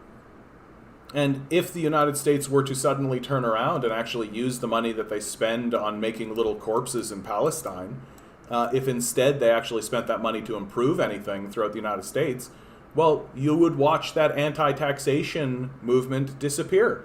If people actually got something for their money, then they would be like, oh yeah, we all pay taxes, right? And this builds roads and infrastructure and this, that, and the other thing, right? Like, and it does a whole bunch of other good stuff. And but that's not going to happen. Like, it's just not going to happen. The sociopathic elite that have taken control of the United States are not going to spend a penny to improve anybody's lives. Like, they might do that classic liberal thing of like throwing a crumb now and again, but they're not going to do anything meaningful. Wow, good to know. People here also know the USA is the biggest threat to the world. You're in Canada. Yeah. Well, and like, it's hard not to notice. Like, I think you really got to try not to notice at this point that the people that I'm talking to at this point who come at me and say that communism is the biggest evil in the world and all this kind of stuff, like, they do sound like lunatics. They sound like people defending reefer madness. And when I say this to them, when I say, like, you sound like a guy defending reefer madness, they just stop the conversation. They can't continue because they don't have any points. They don't live in reality anymore. They're so detached. And like, we're talking about like rural farmers who are like living out in the boonies. We're talking about people who don't read, who are illiterate, whose only source of information is Fox News and CNN. Like, and if that's all you're listening to, then all you've been bombarded with is propaganda, right? And so my hope is that I can be part of this vanguard of people to push the country back to even the center. Like, we've gone so far to the right that getting the country even to the center is taking an enormous amount of work. And of course, I'm a communist, so I want to push the country to the left. I think we should be nationalizing lots of things. Like, we should nationalize our communications network without a doubt. I think you have to be a complete idiot to think otherwise. Like, we pay the most amount of money, we get the least amount of service. Nationalize that. And I genuinely think that if you're thinking anything other than nationalization, that you're an idiot. Like, just a clueless, out of touch moron. Taxes going into Wall Street, not the real economy. Yeah, the very fact that there's something called the real economy, right, tells you that there's a parasite economy, right? That economists and financiers will talk about the real economy, and it's like, wait, doesn't that mean there's a fake economy? Doesn't that mean there's literally just like an economy that is not real, that is illusionary? And the more you investigate that, the more you see that most of what we call an economy is actually just this fake bullshit, paper shuffling around nonsense. And we should collapse it. Get rid of it. It's a parasite. It's completely parasitical. We should get rid of it. Oh yeah, Bolsonaro is being transferred to Sao Paulo Hospital after doctors diagnose bowel obstruction. After 10 days of hiccups, he was rushed to the hospital in Brasilia earlier this morning. Of course, the headline here, he's literally dying because he's full of shit.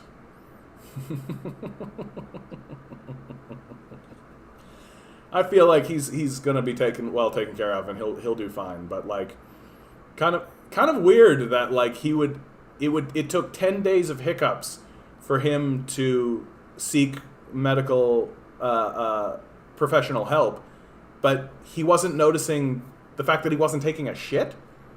Like, that's what he wasn't, like, if I hadn't had a shit in 10 days, I'd be talking about that. I'd be like, yeah, I haven't had a poop in 10 days. Also, I've been hiccuping a lot. Oh well, what do you do? Why Canada needs universal public housing. I mean, this is very straightforward. This is very straightforward. We need universal public housing because capitalists are sociopaths who will jack the rent as high as they can possibly make it. They don't care if it means throwing people out onto the streets. Like, they don't care. So let's see what this guy's...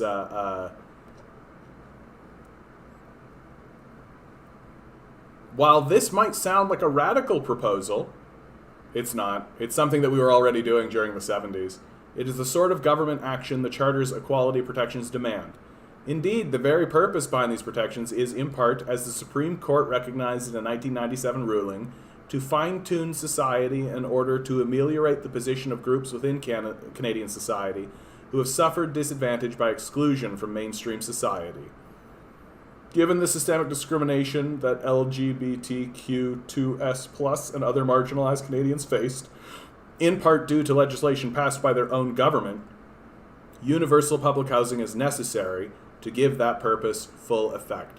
So this guy is actually taking an identity politics perspective, whereas I take a very simple, straightforward economics perspective, which is capitalism requires homelessness. It's built into the society. That the Federal Reserve in the United States is pursuing something that they call maximum employment, which is different from full employment, right? Maximum employment is have as many people employed as you can, but you need to have about 5 to 7% of the population homeless. You have to have that if capitalism is going to work. Because if you had full unemployment, that means that a worker can go get a better job than the job he's got currently that'll pay him better, right? Because capitalists will have to pay higher wages in order to improve, in order to attract better workers, right? That's what actually happens if you don't have homeless people.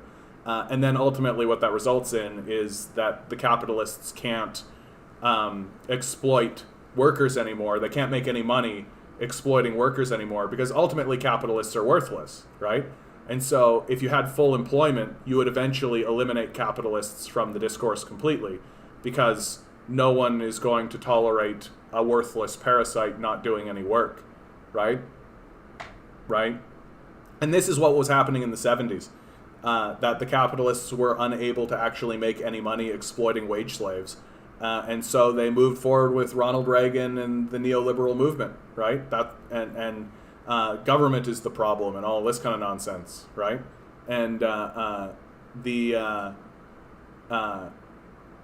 and this, of course, created like what they call an economic boom in the 80s, but really was like this mass suppression of workers' rights, mass suppression of wages. And the capitalists made a lot of money sitting around doing nothing, right? But that doesn't mean anything. Yeah, egalitarianism isn't a radical idea. Police getting held accountable for murdering people of color isn't a radical idea. Providing people with what they need so they don't starve isn't a radical idea. Exactly. The idea that we are needing to present, like, the fact that we say everyone should have food and shelter, and we're getting called commies for this, like, that's a conservative idea. If there's ever been a conservative idea, it's the idea that people should have food and shelter. Hey, we should have a stable society. Doesn't that sound like a really conservative right-wing idea? Oh, hey, we want to have a stable society. And, oh, we've created an automated system that means that people need to work less. Oh, hey, we just did a whole bunch of studies that show that if we have a 4-day week instead of a 5-day week, people are more productive. Oh, golly gee whiz, we should absolutely do that then, right?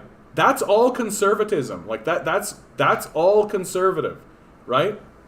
We're not living in a conservative world right now. We're living in a fascist world, and we're confronting it. And the idea that people should have food and shelter and security, like that's a very normal, like not even centrist, like that's a right-wing proposition. And if you find yourself disagreeing with that concept, you're probably a fucking fascist. Yeah, which is what a basic income achieves as well. Exactly, Ward. These so-called centrists are actually just fascists. If anything, we are the center, and we should model the political spectrum to look like that. Well, and like, is it a crazy idea? Is it like this crazy lefty idea to say that the private sector is refusing to provide a service to the populace, so the government should? Like, is that a crazy leftist idea? Like, I really do think like we are what we really truly are confronting. And like if I really get down to the brass tacks about it, the major thing that we are confronting is a aging boomer population that has dementia.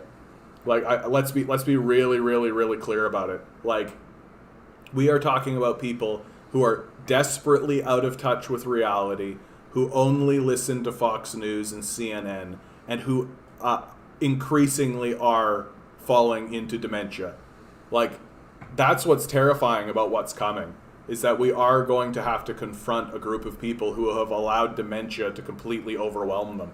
And they are speaking not from a position of rational thinking or empathy or compassion or anything. They are speaking exclusively as terrified, dementia-ridden people. Like, that's really what's going on.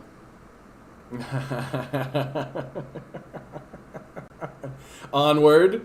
Run while you can. There's a Florida man caravan heading north for higher land. And when you're surrounded by this evil clan, you'll turn into Florida man. Boom, boom, boom, boom, boom, boom, boom. I love it, bud. I love it. We'll steadily make this song.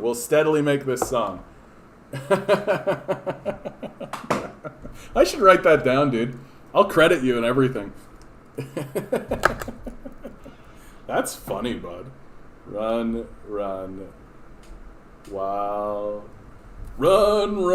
while you can.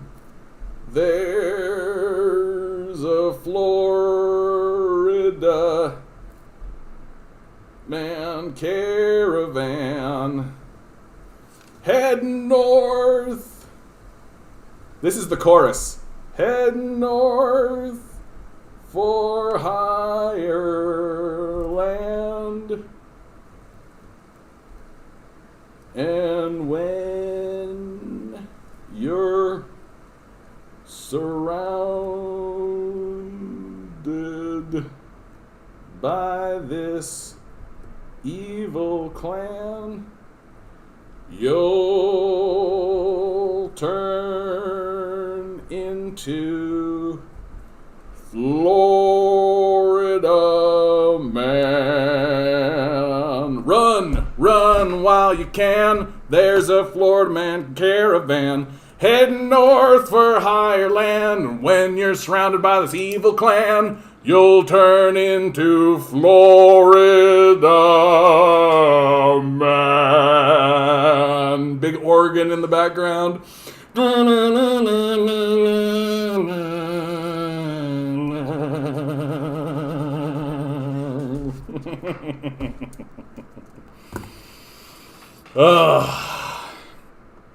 Yeah, people who listen to the mainstream media make me sad too, dude. Like, it's such an uphill battle, because they can't actually have, you can't actually have a conversation with them. The only thing that you can do is try to get them, to realize that, mainstream media sources, you gotta turn this off.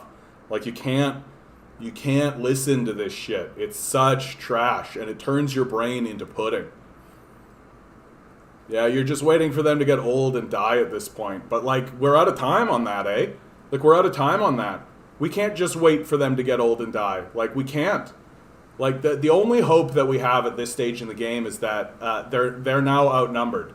That the millennials and Gen Z have finally outnumbered them. That's all we've got. And it really is going to require like hard line cutoffs. Just like if a politician is accepting corporate donations, they're done. Like they're fully done. If they accept $1 from a corporation, they're finished and they've got to go. And we are going to have to start taking hard line positions like that because we've seen what the alternative is, and the alternative is our full scale destruction.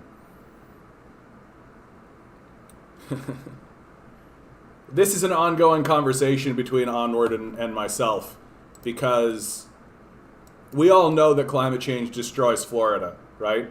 The sad truth is that it's probably also going to destroy Cuba. Like, that's the sad truth. But if water levels continue to rise, Miami's gone, Tampa's gone, probably Orlando. And what this means, because Onward lives in Atlanta, Georgia, it means, and I keep telling them, get ready. There's going to be an influx of Floridans that are going to come up through probably straight up the 75. Right, straight up to 75. Maybe they stop at Macon here or Columbus or whatever. But there's going to be big refugee camps and big influx of people into Atlanta, for sure. That's essentially a guarantee. It is just a matter of time. Like it's when is it going to happen? But it's very, very, very, very easy for me to believe that there's going to be a big storm. Right, so like. The melt from Antarctica and the melt from Greenland and the melt from the Arctic, right, is going to come in and it's going to get into the system. It's going to create a gigantic hurricane system, come right up over Cuba, probably wipe all this out, honestly, and then just come into Florida and just, that's it. That's the end of it. Like, the water levels will rise, and all of this just gets completely wiped out, and people flee it up into Atlanta. And so Onward is responding by writing a bangin' tune. Bangin' tune. Now it's about the verses. We got to write some real personal verses about people from Florida, right? Like, let's tell the tale of Florida Man. And then we'll all be Florida Man. I love it. I love it. But, like, why Canada needs universal public housing? Because we fucking have homeless people, right? Like, as much as I respect this fellow's position and that there's, like, discrimination and all this kind of stuff, we have fucking homeless people. The capitalist system, the privatized, capitalized system, has refused to provide a basic human right. We have homeless people. End of story. Conversation over. We need universal public housing because we have homeless people. Period. Story ends. Like I just feel like we're confronting children at this point. That people are like steadily, as people are growing up, and as people are like, as the millennials are growing up and getting into their 30s, they're looking around and being like, oh shit, there's like literally no one is even attempting. And when you actually dig into why we're not attempting, you get confronted with these like delusional, dementia-ridden white supremacists who are literally saying things like, those people just need to work harder. Those people just need to work harder. They just need to get a job. Get a job. That's literally what's happening, right? And you look around as a millennial and you're like, oh, is there anybody who's not dementia-ridden in the process? And the only people who are there who are not dementia-ridden, like crazed boomers, are completely paying fealty to these guys. Are completely just like, yes, of course, yes, those people need to work harder. Absolutely, of course. Vote liberal, right? That's where we're at.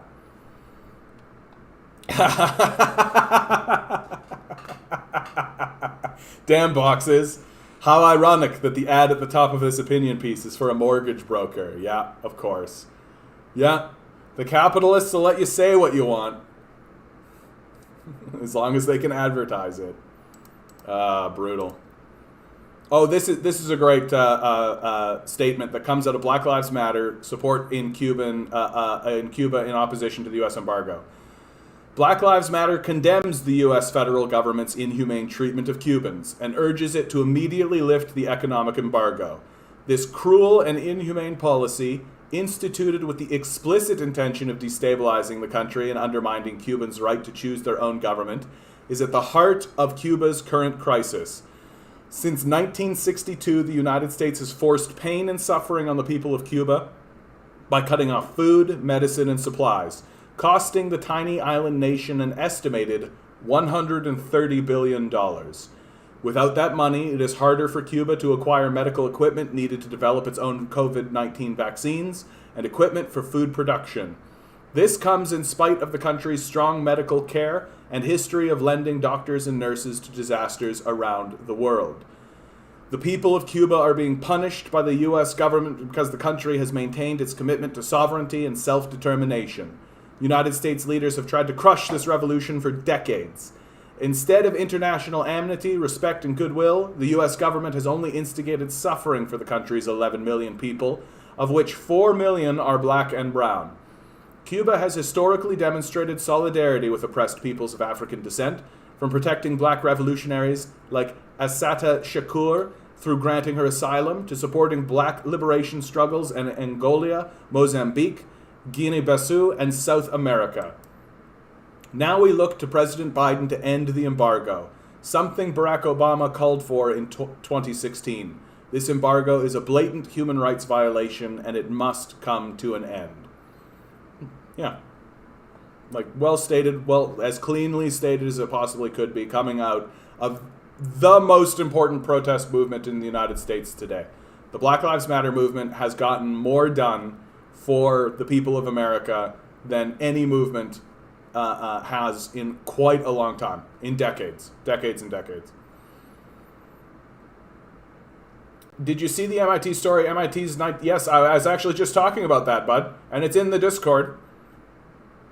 Yeah, USA's so evil. I agree with you completely. Or in Alberta, there's a separate from Canada movement with 30 to 35% of the population supported it. These people are out to lunch. I think it's an honest reflection of the abandonment people are feeling. Like, that's the big thing. Like, I don't think they're out to lunch. I think that they feel that they've been abandoned. And so why am I paying taxes? Why is it that when I go to work, I have to take a portion of my wealth and give it to this place that does nothing for me? Like literally takes it and drops bombs on children. That's what I'm seeing, right? Like, literally they give money to pedophilic rapists so that they can hoard it in offshore accounts. Like, why am I paying taxes? What the fuck am I paying these taxes for? Like, so yeah, if I'm in Alberta and if I'm throughout the United States, like, we just saw a thing, man. 30% of the United States, almost across the board, is like, yeah, separation, right? That's a lot. That's a lot. Like, we're living through a very scary period because fundamentally an ideology of abandonment has taken hold. Do it yourself, individualism, stand up straight, author of your own fate, all of that trash. And it is trash, right? It's just far right neo-fascist Nazism. Like, you are the hero. It doesn't matter that, forget about collectivism. Forget about the power of the universe. Forget about the fact that you are living in a system that is so overwhelmingly powerful. Like, it's like this conversation I keep having over and over again about free will, right? Like, there's this, and it's sort of like a technical argument that happens in theological or philosophical circles, right? Do we have free will or not? And steadily I've just landed on, like, who gives a shit? Like, okay, so you have free will. Great. So you've got free will. Okay. If a grain of sand at the bottom of the ocean had free will, do you think it would be able to prevent the currents from moving it about? Who gives a shit? That the ocean current is going to put that grain of sand wherever it wants to. And if the grain of sand stands there and says, wow, it was my free will that got me here, well, then that's for the grain of sand to just make itself feel better about itself. That's it. Like, so yeah, okay, you've got free will for all it matters, which is not at all. That the power of the universe is so much more overwhelming.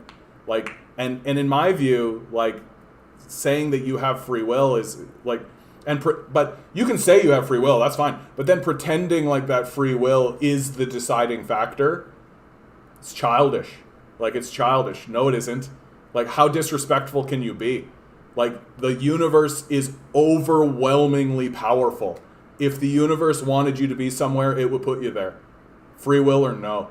So these people who are walking around pretending like, yeah, I'm where I'm at because of my free will and my individualism, like, you have to be deluded. Like, you have to be deluded. That you can't possibly believe that in the face of the overwhelming power of the universe, that the deciding factor of what happened in your life was your free will. Get fucked.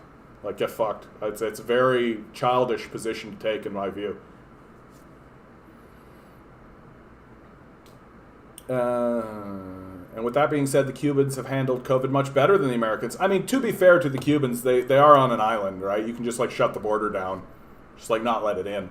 But outside of that, still, yeah, like, and they've offered a lot more support to other people and to other peoples than like, they were offering to send doctors over to the U.S. Like, they were offering to do what they could to help. So I agree with you. I think Cuba has done a better job. Would you say that anarcho-capitalism is a massive contradiction? I mean, that's just a renaming of feudalism, isn't it? Let everybody do what they want. Capitalism, it's just feudalism. Like, I don't really, what's the difference? Like, allow massive, powerful corporate forces to do anything they want. Sounds like neo-feudalism.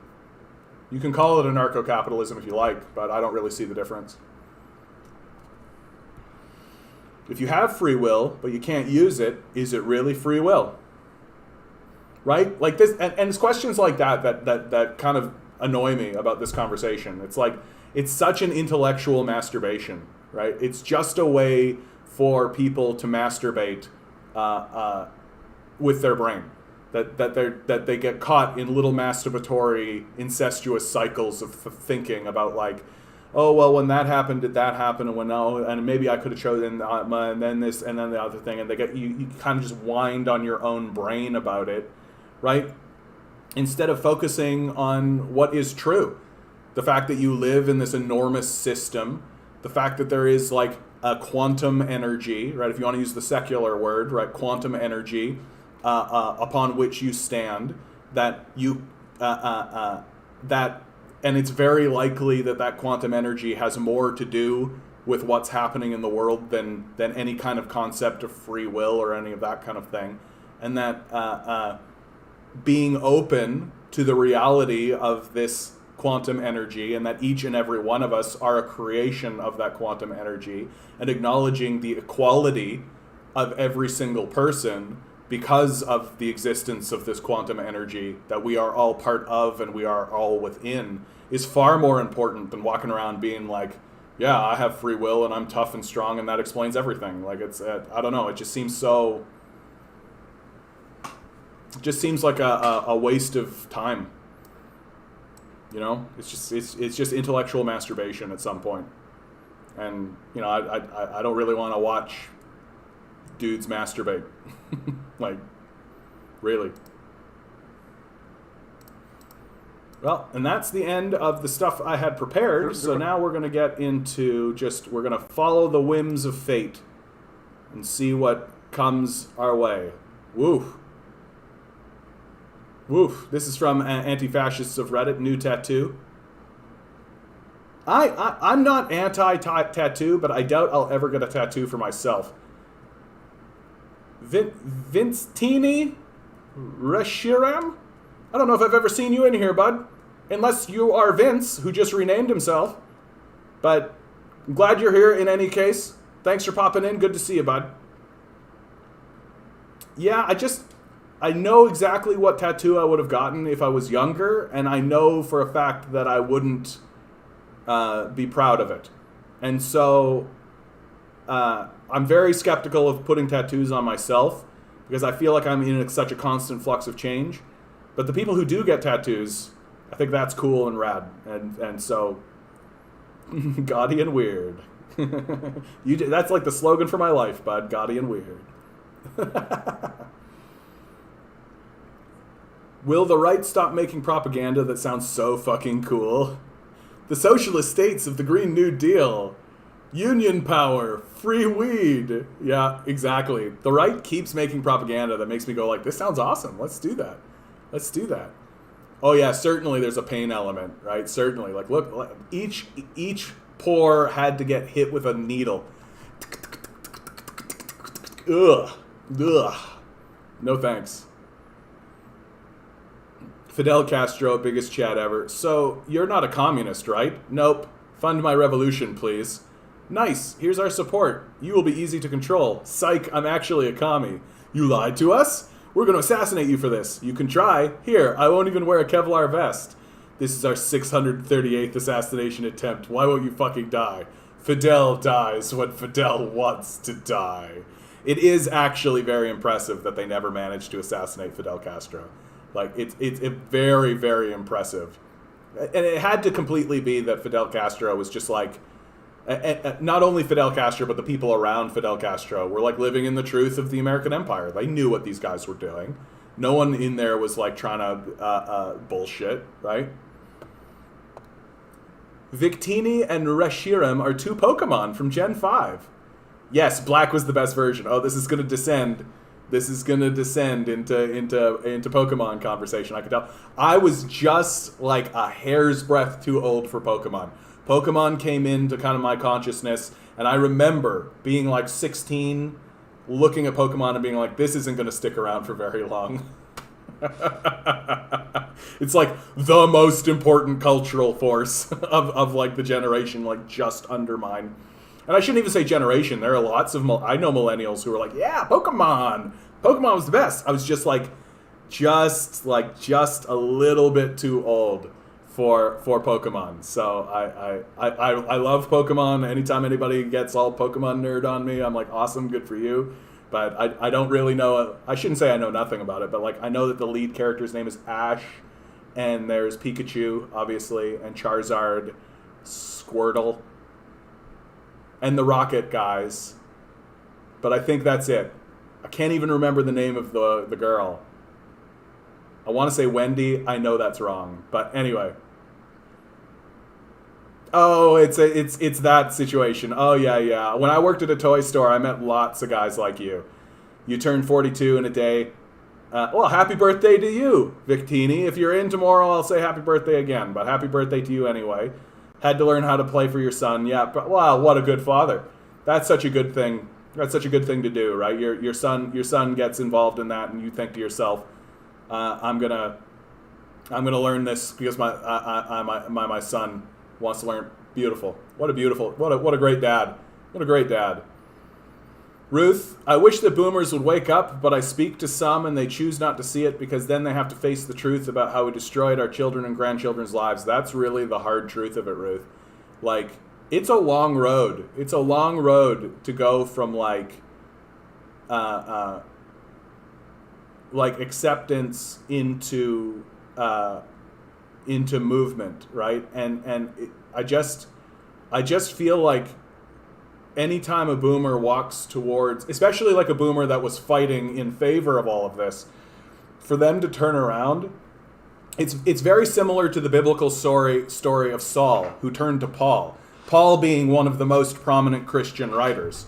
That his story is that he was executing Christians. That there was a Christian by the name of Stephen, who he was on the council of citizens who executed Stephen by stoning, right? And after this event, he was walking on the road to Damascus, and a vision of Christ came to him and struck him blind. And then Saul found help, and only after he admitted and came to rectify the wrongs that he had done towards the Christian people, was his sight restored. He changed his name to Paul and then dedicated the rest of his life in repentance to the Christian cause and became one of the great Christian writers. Most of the New Testament, outside of the Gospels themselves, are letters from Paul. And I feel like that's the kind of scale of journey that the boomers would have to go on. That they literally would have to be like struck with an affliction and then come back to life and then fight on the side. And it's such a hard journey. It's such a long scale kind of a path that I think many of them will just take it to the grave. I think many of them will take it to the grave. That at this point, the most I think we can hope from a lot of these boomers is that they just stop voting. Really. Like that they just sit down, shut up, stop participating, right? We don't need, this is the thing about the conversation. Like we don't need these guys to start fighting for us, right? We don't need them to start fighting for us. We need them to just stop participating. Just to stop. Because like they're not helping us, obviously. Pokemon was an addiction for me as a kid. Put in 300 hours on Silver on Game Boy Color at 10 years old. Nice. Nice. Yeah, my friends are more into Magic the Gathering too. Yeah, Magic the Gathering was a big one. I was like a dabbler type. I have this like really great story that like made it so that I never really became a collector of things, because when I was 15, 16, about there, my friends and I really got into trading Marvel cards, right? So there were like Marvel cards. It literally, there wasn't a game, there wasn't anything. It was just collectible Marvel comic book cards. And this was even before the movies and stuff. So we were like the pristine like first wave nerds, right? And I'll never forget this. That so in the set, the most difficult card to get was actually a not very well known Marvel character by the name of El Diablo, right? El Diablo. Now remember, I'm an evangelical Christian living in an evangelical Christian school. And so we had all these like nerdy kids going around asking each other, hey, have you found El Diablo? Hey, have you found El Diablo? Right? And for those of you who aren't in on the joke, El Diablo means the devil, right? And so a bunch of Christian kids walking around a Christian school asking if they had found the devil yet. And so it's only a matter of time. And of course, we didn't think anything of this, right? It's a comic book character. It's a comic book character. And like, who gives a shit? Oh yeah, he named himself El Diablo, okay. Right? Like it's not a threat by any stretch of the imagination.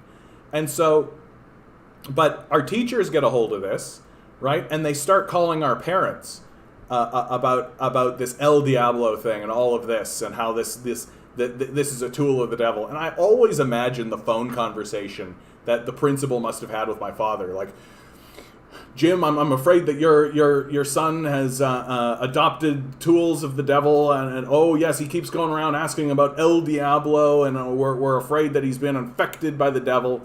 And so my dad sat me down, and we had a big, long conversation about this. He wanted me to get rid of the cards. I, of course, was aghast at this because I had spent my own money on these cards. And so I actually worked out a deal, and my dad, being the good capitalist that he is, acquiesced. I ended up getting $75. Thank you very much. Which I actually think was still not that much for how much I must have spent on those cards. But $75. And then my dad made me take these cards, go out back, dig a hole in the yard, put the cards in the hole, pour gasoline over them, light a match, throw them on the cards, watch the cards burn down to ash, and then cover the hole and bury them.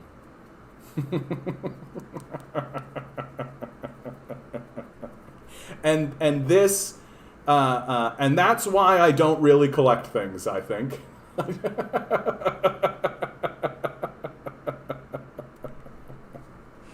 I can feel that you guys are listening to that story just being like, what the fuck? My friends were really into comics, but I just wasn't into superheroes. Years later, I found I really loved 50s horror comics. Something America went hysterical over and banned, yeah. They made kids burn horror comics too. Yeah, like this, like, that's childish, right? Like, these kinds of stories, like the story I just told you and the story of you, like, having to burn horror comics or kids burning horror comics, like, it's childish. Like, we are a culture of just children that never really grew up. We never really confronted the reality of what it means to be an adult. We're just children playing with toys. If your dad was a capitalist, why didn't he sell them? That is a good question, Mock, and I think it really does come down to something I've come to understand about rural conservatives, Christians, okay? Is that all rural conservative Christians have a deep internal struggle going on between three conflicting ideologies. And those conflicting ideologies are how can you be a good capitalist, how can you be a good Christian, and how can you be a good man? And those three conflicting ideologies, because you could be a good man who is a good Christian, and you can be a good Christian who is a good capitalist, and you could be a good capitalist who's a good man, but you can't be all three, right? You got to pick two. And so because of that internal conflict that is constantly present within conservative Christian white males, you end up with lots of contradictions, and you end up with a lot of actions that don't necessarily make a lot of sense. And in a lot of cases, they're just making decisions based on what makes sense in the moment, or based on what makes sense for their son. And so I can see my dad saying, it's more important that my son go through this ritual, that my son go through this event so it's more important for me in this moment to be a good man, which is akin to saying a good father, and a good Christian, right, than it is to be a good capitalist, right? And maybe a different man would have said differently, right? Maybe a different man would have said, like, oh, well, we need to get rid of these cards, let's just sell them, right? So, and of course, I do think my dad also just didn't respect the value of collectibles so much, right? It's just kind of a very hard-nosed rural sort of a fellow. And I don't mean to, like, I worry that people walk away from this thinking that my father is a bad person or something, and I don't think so. I think he was trying his best with this. And you have to remember, my dad at the time was an elder of this church that the school was run out of. So, like, I think there was also a political aspect to it. And perhaps if he had turned around and sold the cards, the church probably would have looked at him. Small community, right? Small community. Burning Pokemon cards. There must be some primitive instinct to destroy false idols somewhere in there, probably. I think terror management theory helps explain some of that, but it's too complicated to get into. Oh, yeah. My parents made my brother throw out his NWA tapes and said, no son of mine is listening to spook music. Then they threw out his Guns and Roses because they were junkies. Oh, my God. My mom wasn't happy when she discovered I had a Cannibal Corpse album. Then she read the lyrics. Okay. What's a Cannibal Corpse song? What's a Cannibal Corpse song? Okay, hold on. I'm gonna run off for 1 second just to fill up my water glass. Give me 1 moment, okay, guys?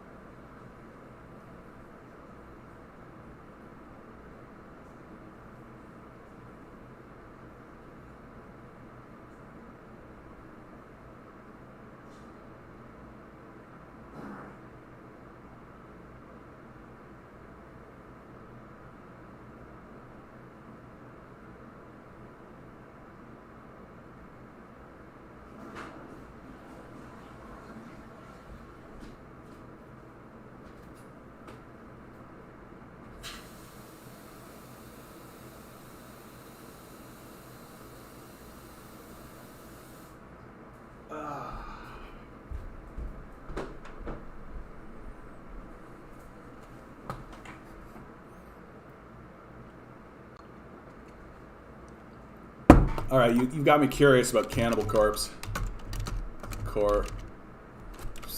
What's their, like, number one song? What's their number one song, would you say? History, controversy, band members, discography. Eaten back to life, butchered at birth, tomb of the mutilated, the bleeding. Oh, shit.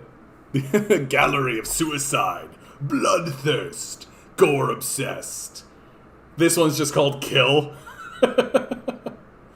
A skeletal domain, violence unimagined. Yeah, as long as you don't gaze too long into the come on, man. I find that Joe Biden is easier to deal with than Trump for me. Trump was so hard. I had to really disconnect from Trump because it was too much. It was just too much of the like childish fascism to gaze into. Whereas Biden, because he's more refined and he's more easy, the thing that annoys me about Biden is people pretend as though he's not a fascist when he's obviously a fascist. He's just like, yeah, come on, man. Come on, man. Every time. LOL, you think everything is a CIA op? Revealed later it was a CIA op. Well, obviously that was a CIA op, but you really think this time it's a CIA op? Revealed later it was a CIA op. Well, obviously, repeat until heat death of the universe. Yeah. Look at the song titles for the Tomb album. You'll understand. Okay, let's do it. Tomb of the Mutilated. Let's go. I'm so hype. Track listing. Hammer smashed face. I'm not gonna read these out loud, dude.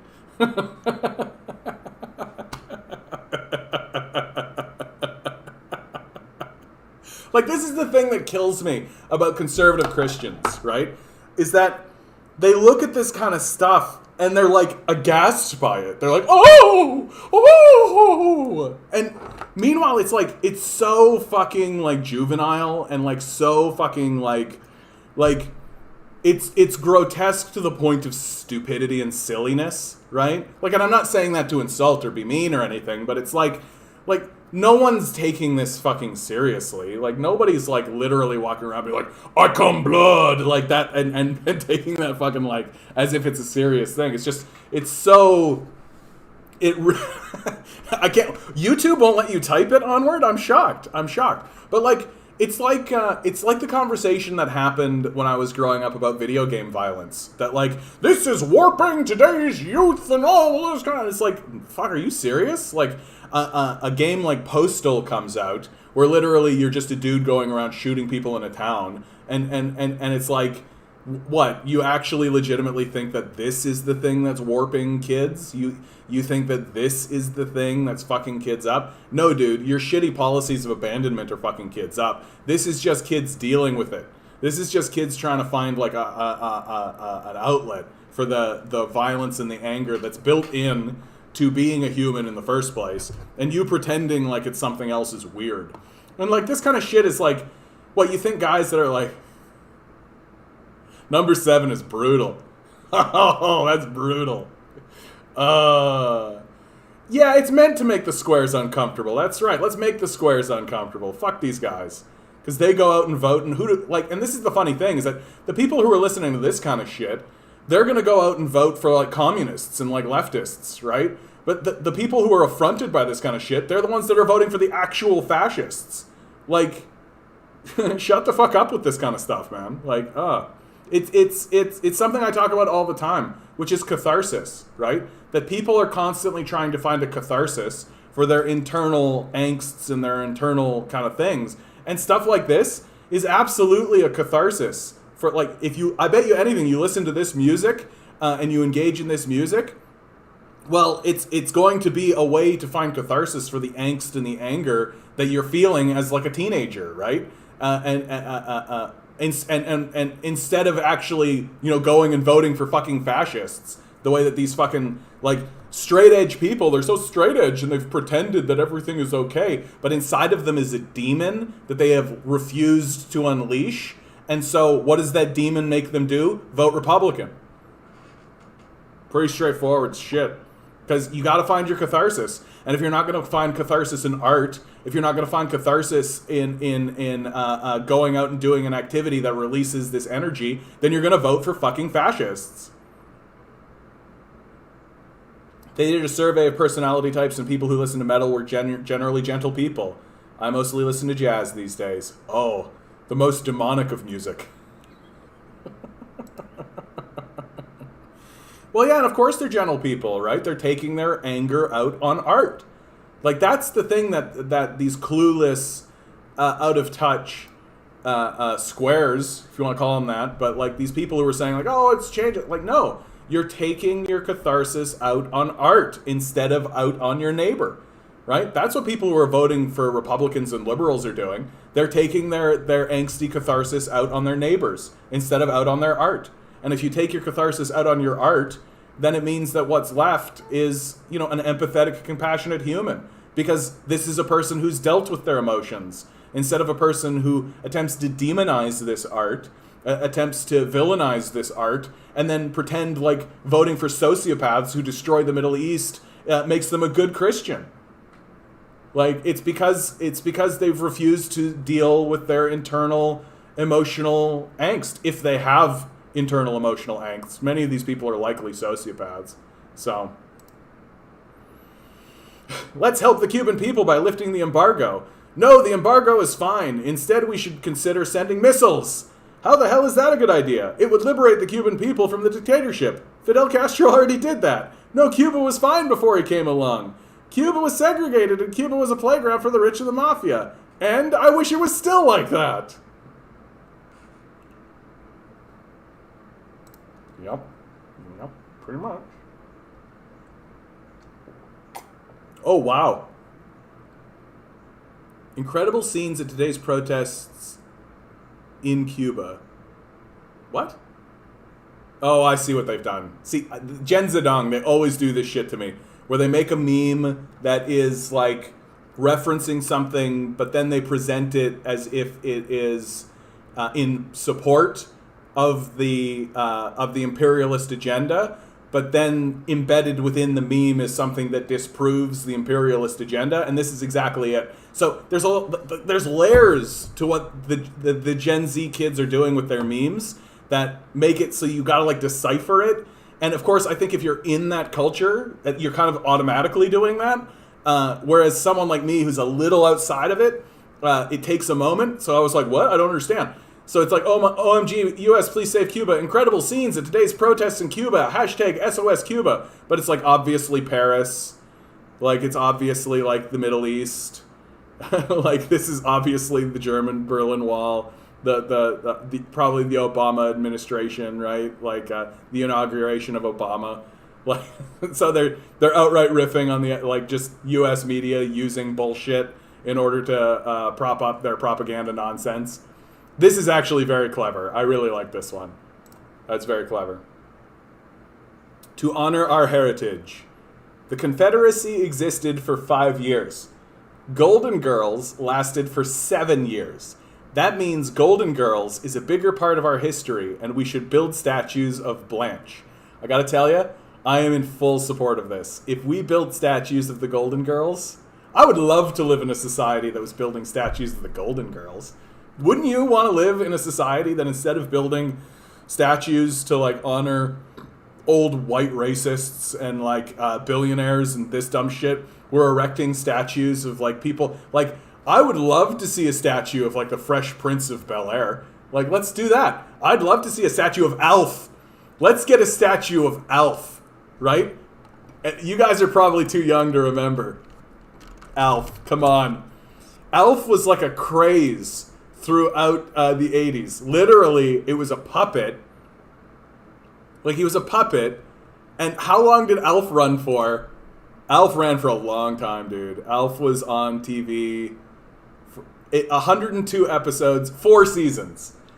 4 seasons. So just slightly less than the Confederacy. And this was like a legitimate show that people watched. Alf. And there was a movie afterwards. Just like this if anything screams 80s, it's this. It's the fact that this was like a legitimate TV show that had like a primetime spot.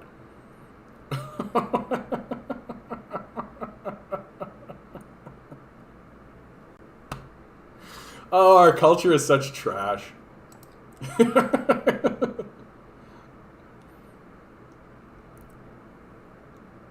The MSN manufacturing consent for an invasion of Cuba is palatable. Yeah, you have to be out of touch. You have to be completely out of touch to not see it. It's so obvious at this point. Like it's like embarrassingly obvious. Like you literally just need to be one of these dementia-ridden, like, oh, Cuba, communism is bad, and I'm communism, right? Like you kind of have to be like that to genuinely think that like the invasion of Cuba is not being manufactured by an imperial force of evil, right?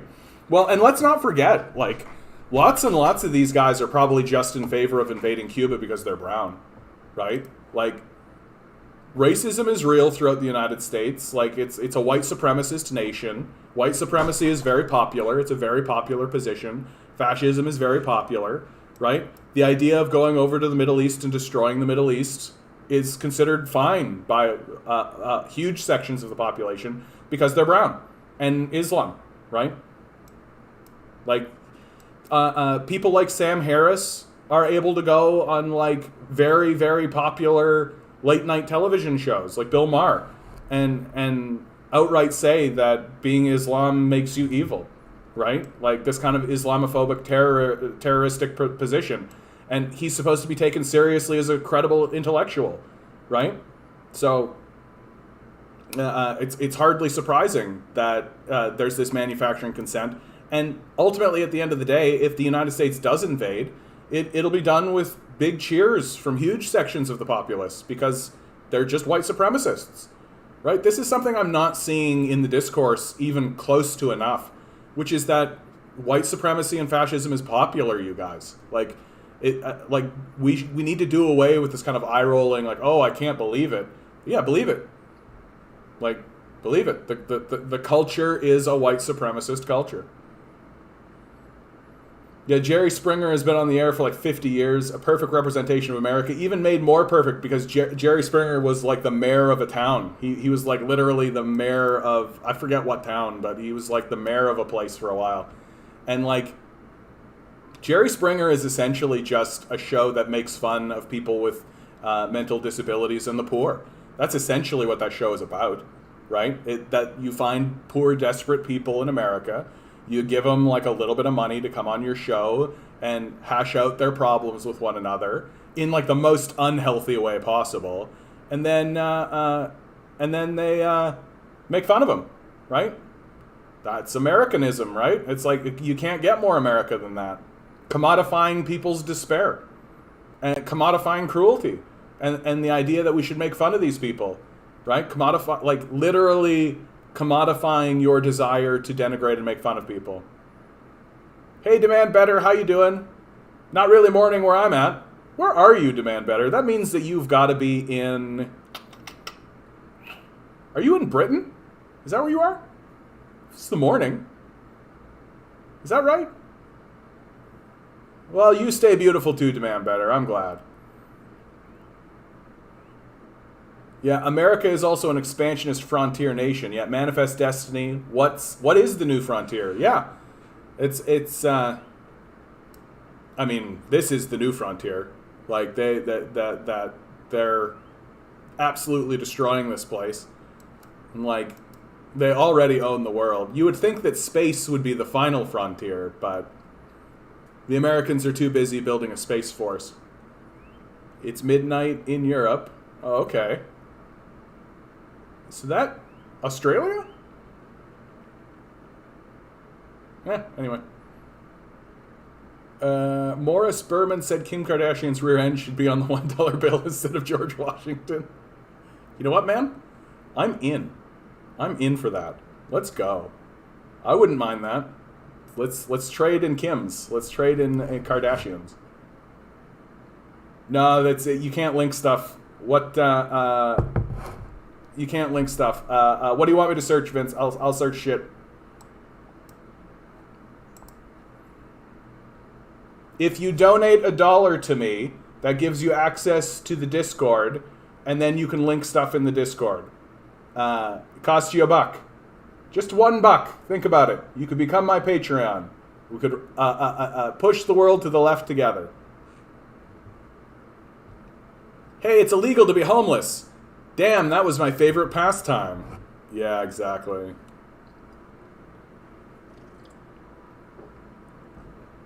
GOP teens.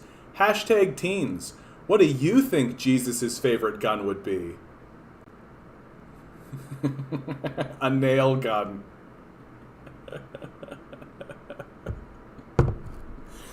This is a good moment to point out. Please, guys, consider like, share, subscribe. That's the free stuff that you can do, right? Like, share, subscribe. Just send it around. I'm like 99% sure that YouTube is shadow banning me. So please send my stuff around on your Twitter. Get people connected to me.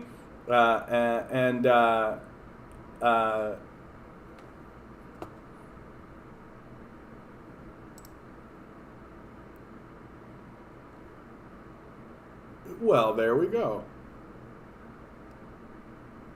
Oh, are you, you're not DJ. I don't know, whatever. I don't think this is you, bud. All right. Sorry, bud. And if you want to donate $1, please, my Patreon down below. Consider donating $1. If you are donating $1, maybe make it $2. But like, share, subscribe. Why work 40 hours when you can split that workload with another person and have each other work 20 instead? Yeah, why not do that?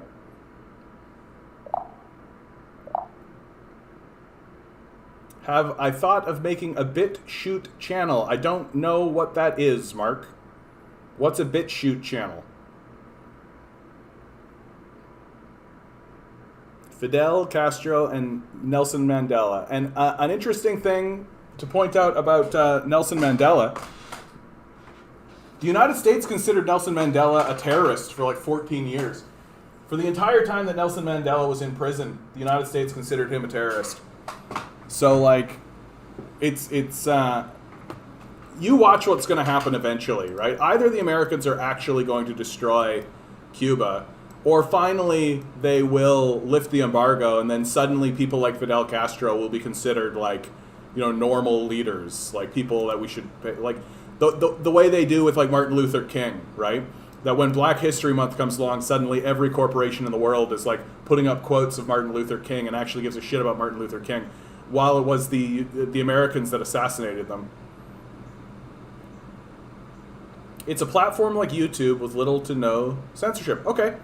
There's also HexTube, which apparently a lot of the Chapo guys ended up going to after they got banned off Reddit. I'll take a look at it, bud. Here, let me... as long as it's easy to put stuff up.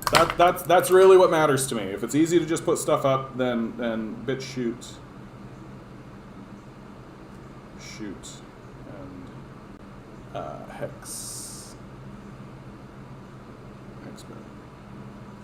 And the, I just also need to remember actually doing it.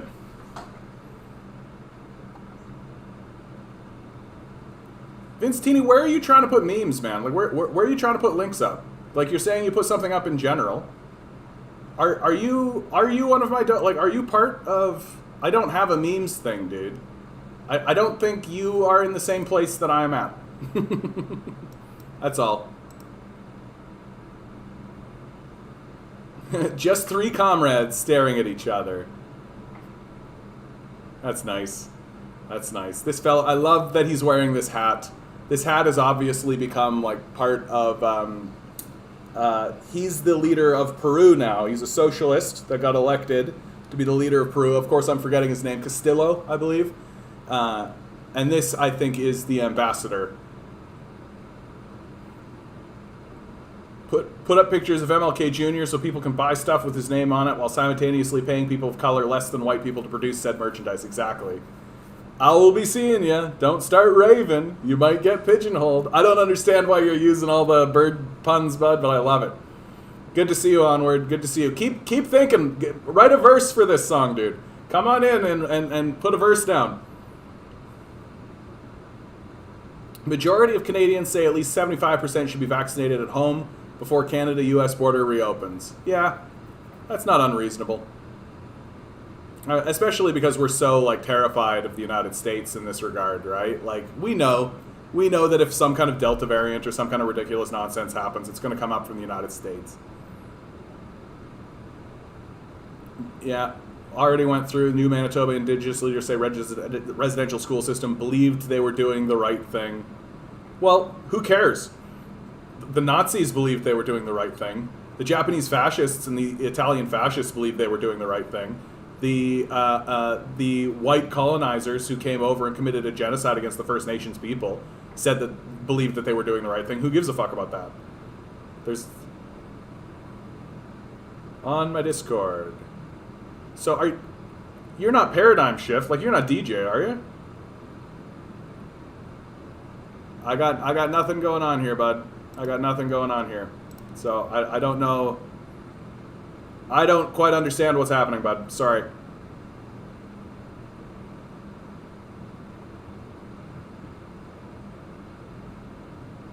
Make move. The rich. Why don't the poor just make some moves in their lives to get themselves out of poverty? People in poverty. You thought I was on. You thought I was a different Discord server. Should be there now. Okay. There you go. Victory Star. Victory Star. I love it. Let's take a look, bud. Pipeline stalled after First Nations erect statues of Canada's first Prime Minister in path. Weird. Interesting. This is Walking Eagle News. Construction on a multi-million-dollar pipeline project. This is satire, right? This is a satire site, if I'm not mistaken. Construction on a multi-million-dollar pipeline project has screeched to a halt after a tiny First Nations community placed dozens of statues of Canada's first Prime Minister, Sir John A. Macdonald, directly along the construction route. The overland pipeline is supposed to carry crude. We tried negotiations, we tried the court, and nothing was stopping it. So we figured the only way to stop construction and truly protect our sacred lands is to put something white Canadians see as sacred too. Within hours of the statues being erected, construction had completely stopped, and some crews and equipment even left the region altogether. This puts us in a very, very, very, very, very, very, very, very difficult position, said Ken Svartorm, CEO of Sinplud, the company behind the pipeline. We can clear this land now. We can't. That's how. How can we clear this land now? We can't. Yeah, of course. No, even I have like a couple of Discords that I'm a part of, but nobody has done it as perfectly as me, where they've taken the leaf with the communist symbol and put them together. Mine is the best. I did it.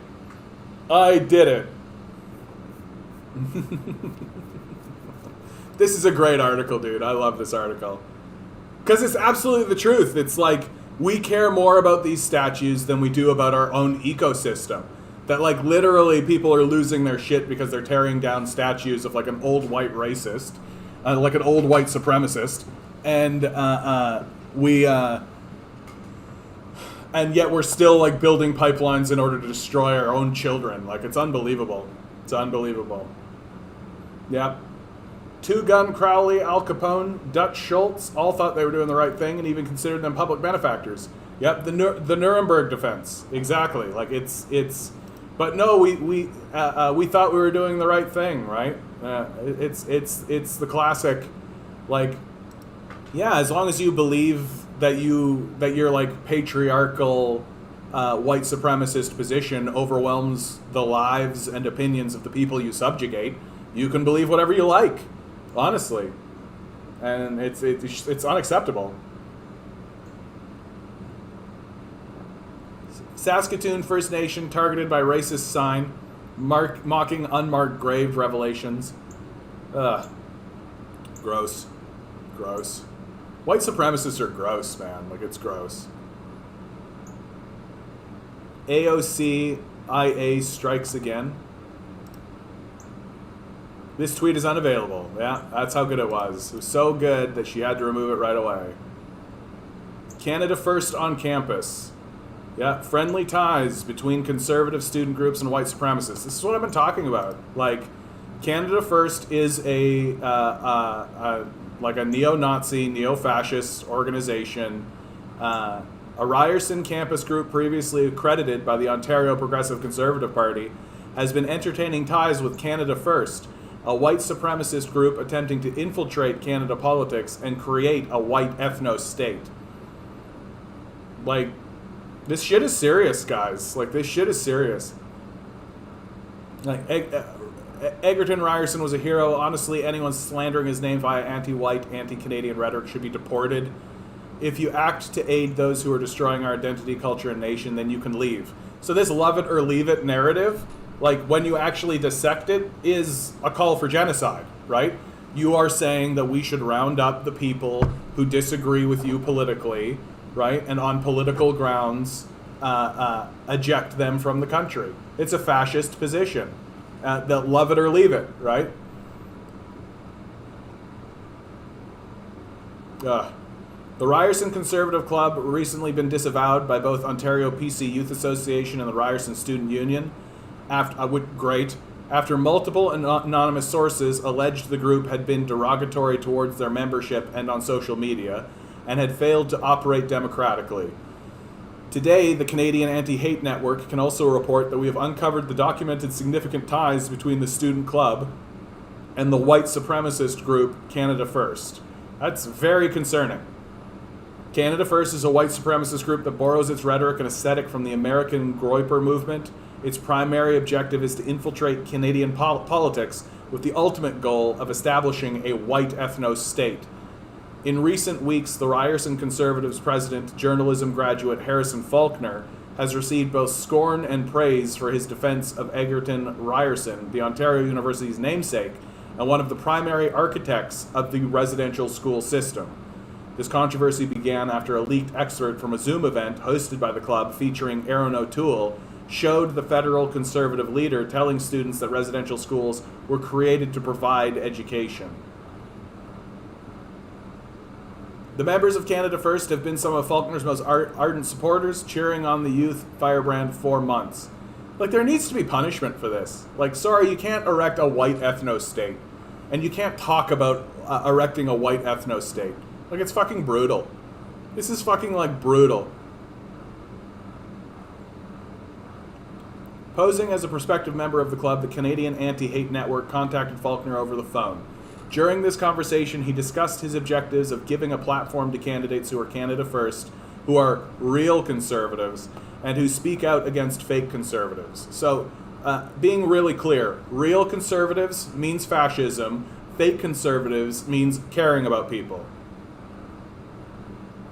Faulkner also called the Ontario Progressive Conservative Party and the Conservative Party of Canada R-worded, and talked about the building a good rapport with the Ryerson People's Party Club. After this phone call, CAHN gained access to the Ryerson Conservatives Facebook group and found Russell's Facebook group account within its membership list, Russell being the leader of Canada First. The group's description states that it exists for verified Ryerson campus conservative members and alumni. Russell was removed after the CAHN reached Faulkner for comment. Yeah, big surprise there. So after we published our months-long investigation exposing Canada First, a past member of the Ryerson Conservatives offered to speak to CAHN on the record. They had left the group shortly after Faulkner became the club's president. In a conversation over text, the ex-member claims that upon taking over the reins of the student group, Faulkner immediately created a toxic and hateful environment, attempted to push the PPC into the club, and even prevented members from running for the club's presidency. These allegations are consistent with the reasons cited by the Ryerson Student Union and the Ontario PC Youth Association for disbanding the Ryerson Conservatives. The ex-member also confirmed that Russell had attended at least one event organized by the Ryerson Conservatives and claimed that the members of the executive interacted with him on social media at different times. Like, Faulkner unfollowed Russell on Instagram after being reached for a comment for the story. Other members of the club have been found responding to comments left by Russell on the Ryerson Conservative Instagram page.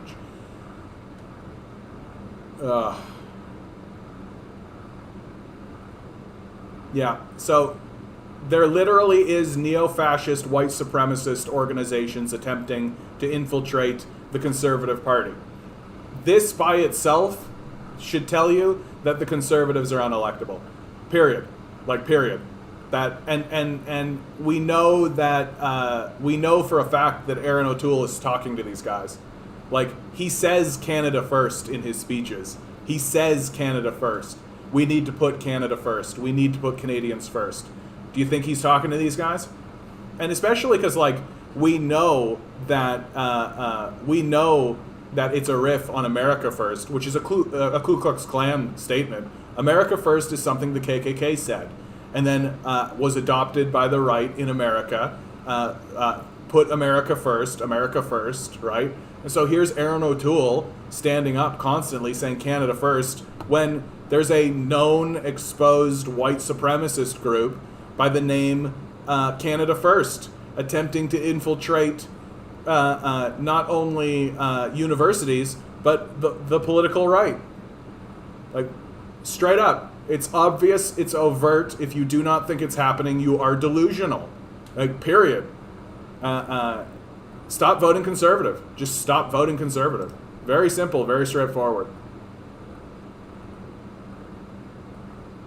Video compiling all the evidence that protests in Cuba are a U.S. psyop. Isn't it kind of curious that within hours of the initial protests in Cuba, they garnered the instantaneous attention of the entire U.S. news media, Congress, and even the president? I mean, there were literally hundreds of thousands of people in the U.S. protesting for Palestine, but that never got a hashtag or wall-to-wall coverage. It was total radio silence. If this all seems suspicious to you, you're not crazy. There's a ton of evidence that clearly shows that fake videos, bots, and outright funding of protesters are being used to make the protests in Cuba look way bigger and more significant than they really are. Let's take a look. Now, the media's been saying that these protests represent the will of the Cuban people. And while there are definitely videos showing a couple thousand or so people protesting, Cuba is a country of 11 million people. This might be why the media has been publishing misleading photos to make it look like the protests are much larger than they really are. For example, this CNN article heavily implies that the people in this photo are in Cuba.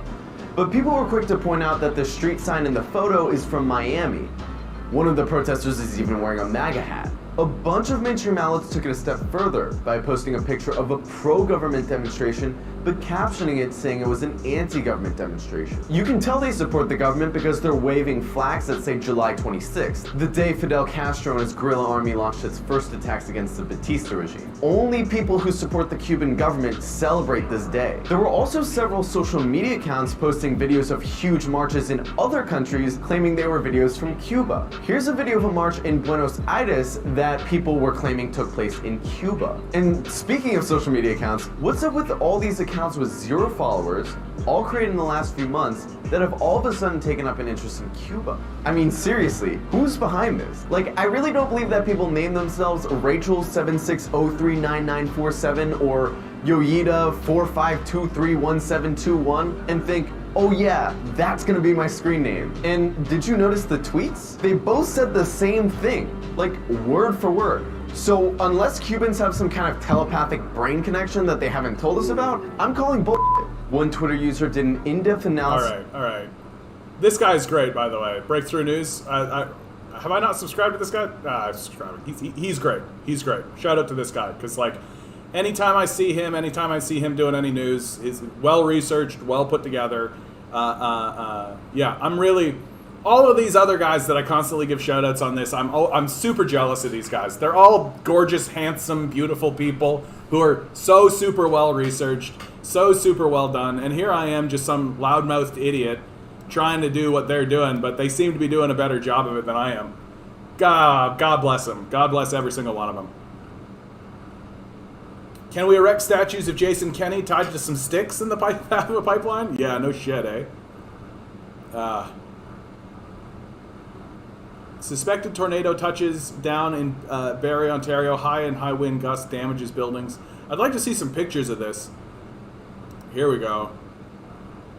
Oh, let me guess. We're going to get a stupid ad. Oh, no, here we go. Okay. This came out of nowhere. And there goes the power. Holy shit, there's a tornado right there. Oh my god, I've never seen anything like this in my life. Wow. Guys! Yeah. Stop filming. Get to the basement, buddy. Oh, wow. Wonder if they have any other pictures or anything. Yikers. Yikers. Oof.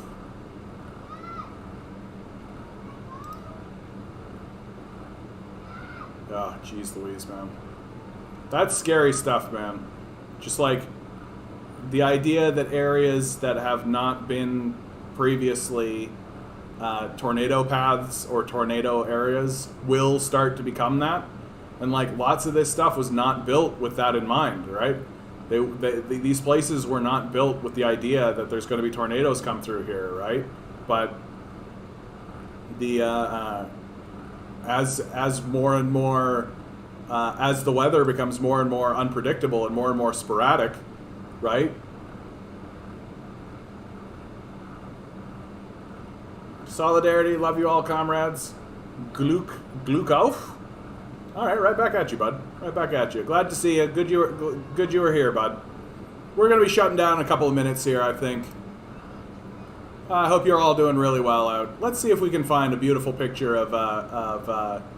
I'm surprised I haven't seen one yet. Usually there's one that comes up about now. Get a lovely picture of of Ontario.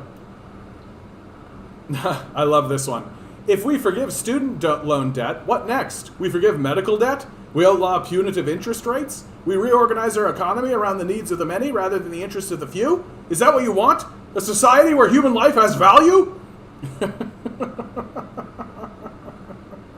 Yeah. It would be nice if we had lived in a society where human life had value. Oh? 中国这现状有很多他不满意的地方，但是你老说中国现在这么好，他看着你就有点不顺眼。不是，因为今天中国是个 So 老 this 国 here, hold 家。 on, because I know that there are people who are watching this, so this isn't helpful. This is Jackie Chan being interviewed. The question he's being asked is towards the state of China. He is dissatisfied with many things. However, you always say China is so good. When he sees you, he thinks you are unpleasant to his eyes. They're talking about a fellow netizens. So I don't know who they're talking about, but here's Jackie Chan's response. No, because today China is an old country. A historic country, yet a new country. She's a new country. She has only 60 years of history. New China, during the first 30 years, China was bullied by so many people. There were 10 years of big disasters, not until the last 10 odd years that China attained the real success. Our country's leaders also admit that they are corrupted. We're improving. I see our country as continuously improving and learning.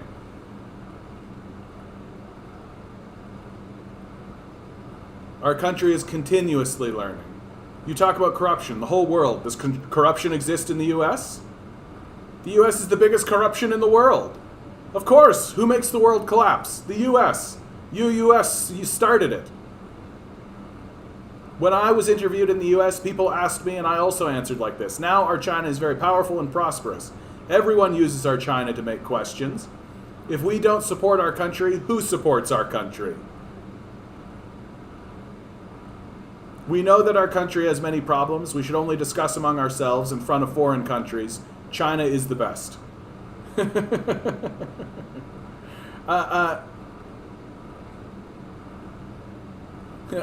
Mark, I'm doing all right. Sometimes I play too much Guilty Gear Rev 2 on Steam. At least I'm not a lazy corporatist. Yeah. Hey, never denigrate playing art, right? Like, there was even if you're doing it for escapist reasons. I used to really be anti-escapism, especially when I was in university, and it was Neil Gaiman who really broke me of that. And he said straight up,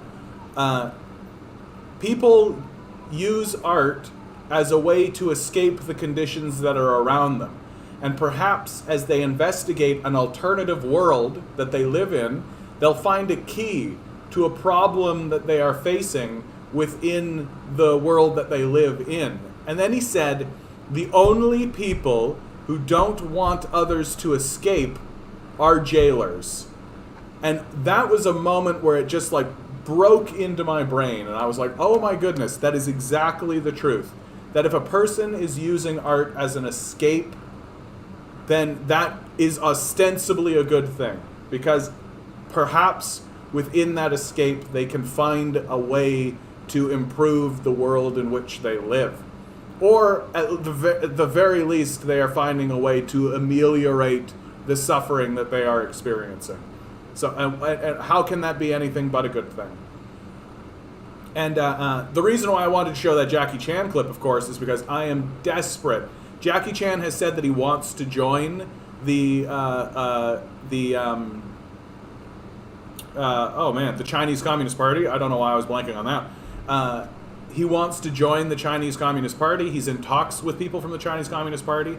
If Jackie Chan joins the Communist Party of China, I will absolutely use him forever as a way, like, get these guys come out and be like, oh, communists and all communists. You literally show them a picture of Jackie Chan and like, really? You're afraid of Jackie Chan? Like, this is who you're afraid of? Like, oh, you're just a fucking coward. Like, oh no, Jackie Chan, right? Okay, guys. What a great stream. I had a great time. I hope you had a great time too. Thank you so much for being here, guys. Please, on your way out, like, share, subscribe, leave a comment. The algorithm really does love comments, so please consider leaving a comment. And hey, if you've got a buck jangle around your pocket, please consider donating to my Patreon down below. And if you are a donator, please consider donating an extra $1. It really does help, and it makes me feel good about myself. All right, guys. I know you're all doing really wonderfully out there. You're making good decisions for yourself. And never forget, you are a divine being standing on divine energy. These billionaires spend hundreds of billions of dollars to make you forget that, to gaslight you to think otherwise, instead of spending even a penny to actually help you. Forget about them. You're a divine being standing on divine energy. We could use some of it right now. Good luck. We're going to need it.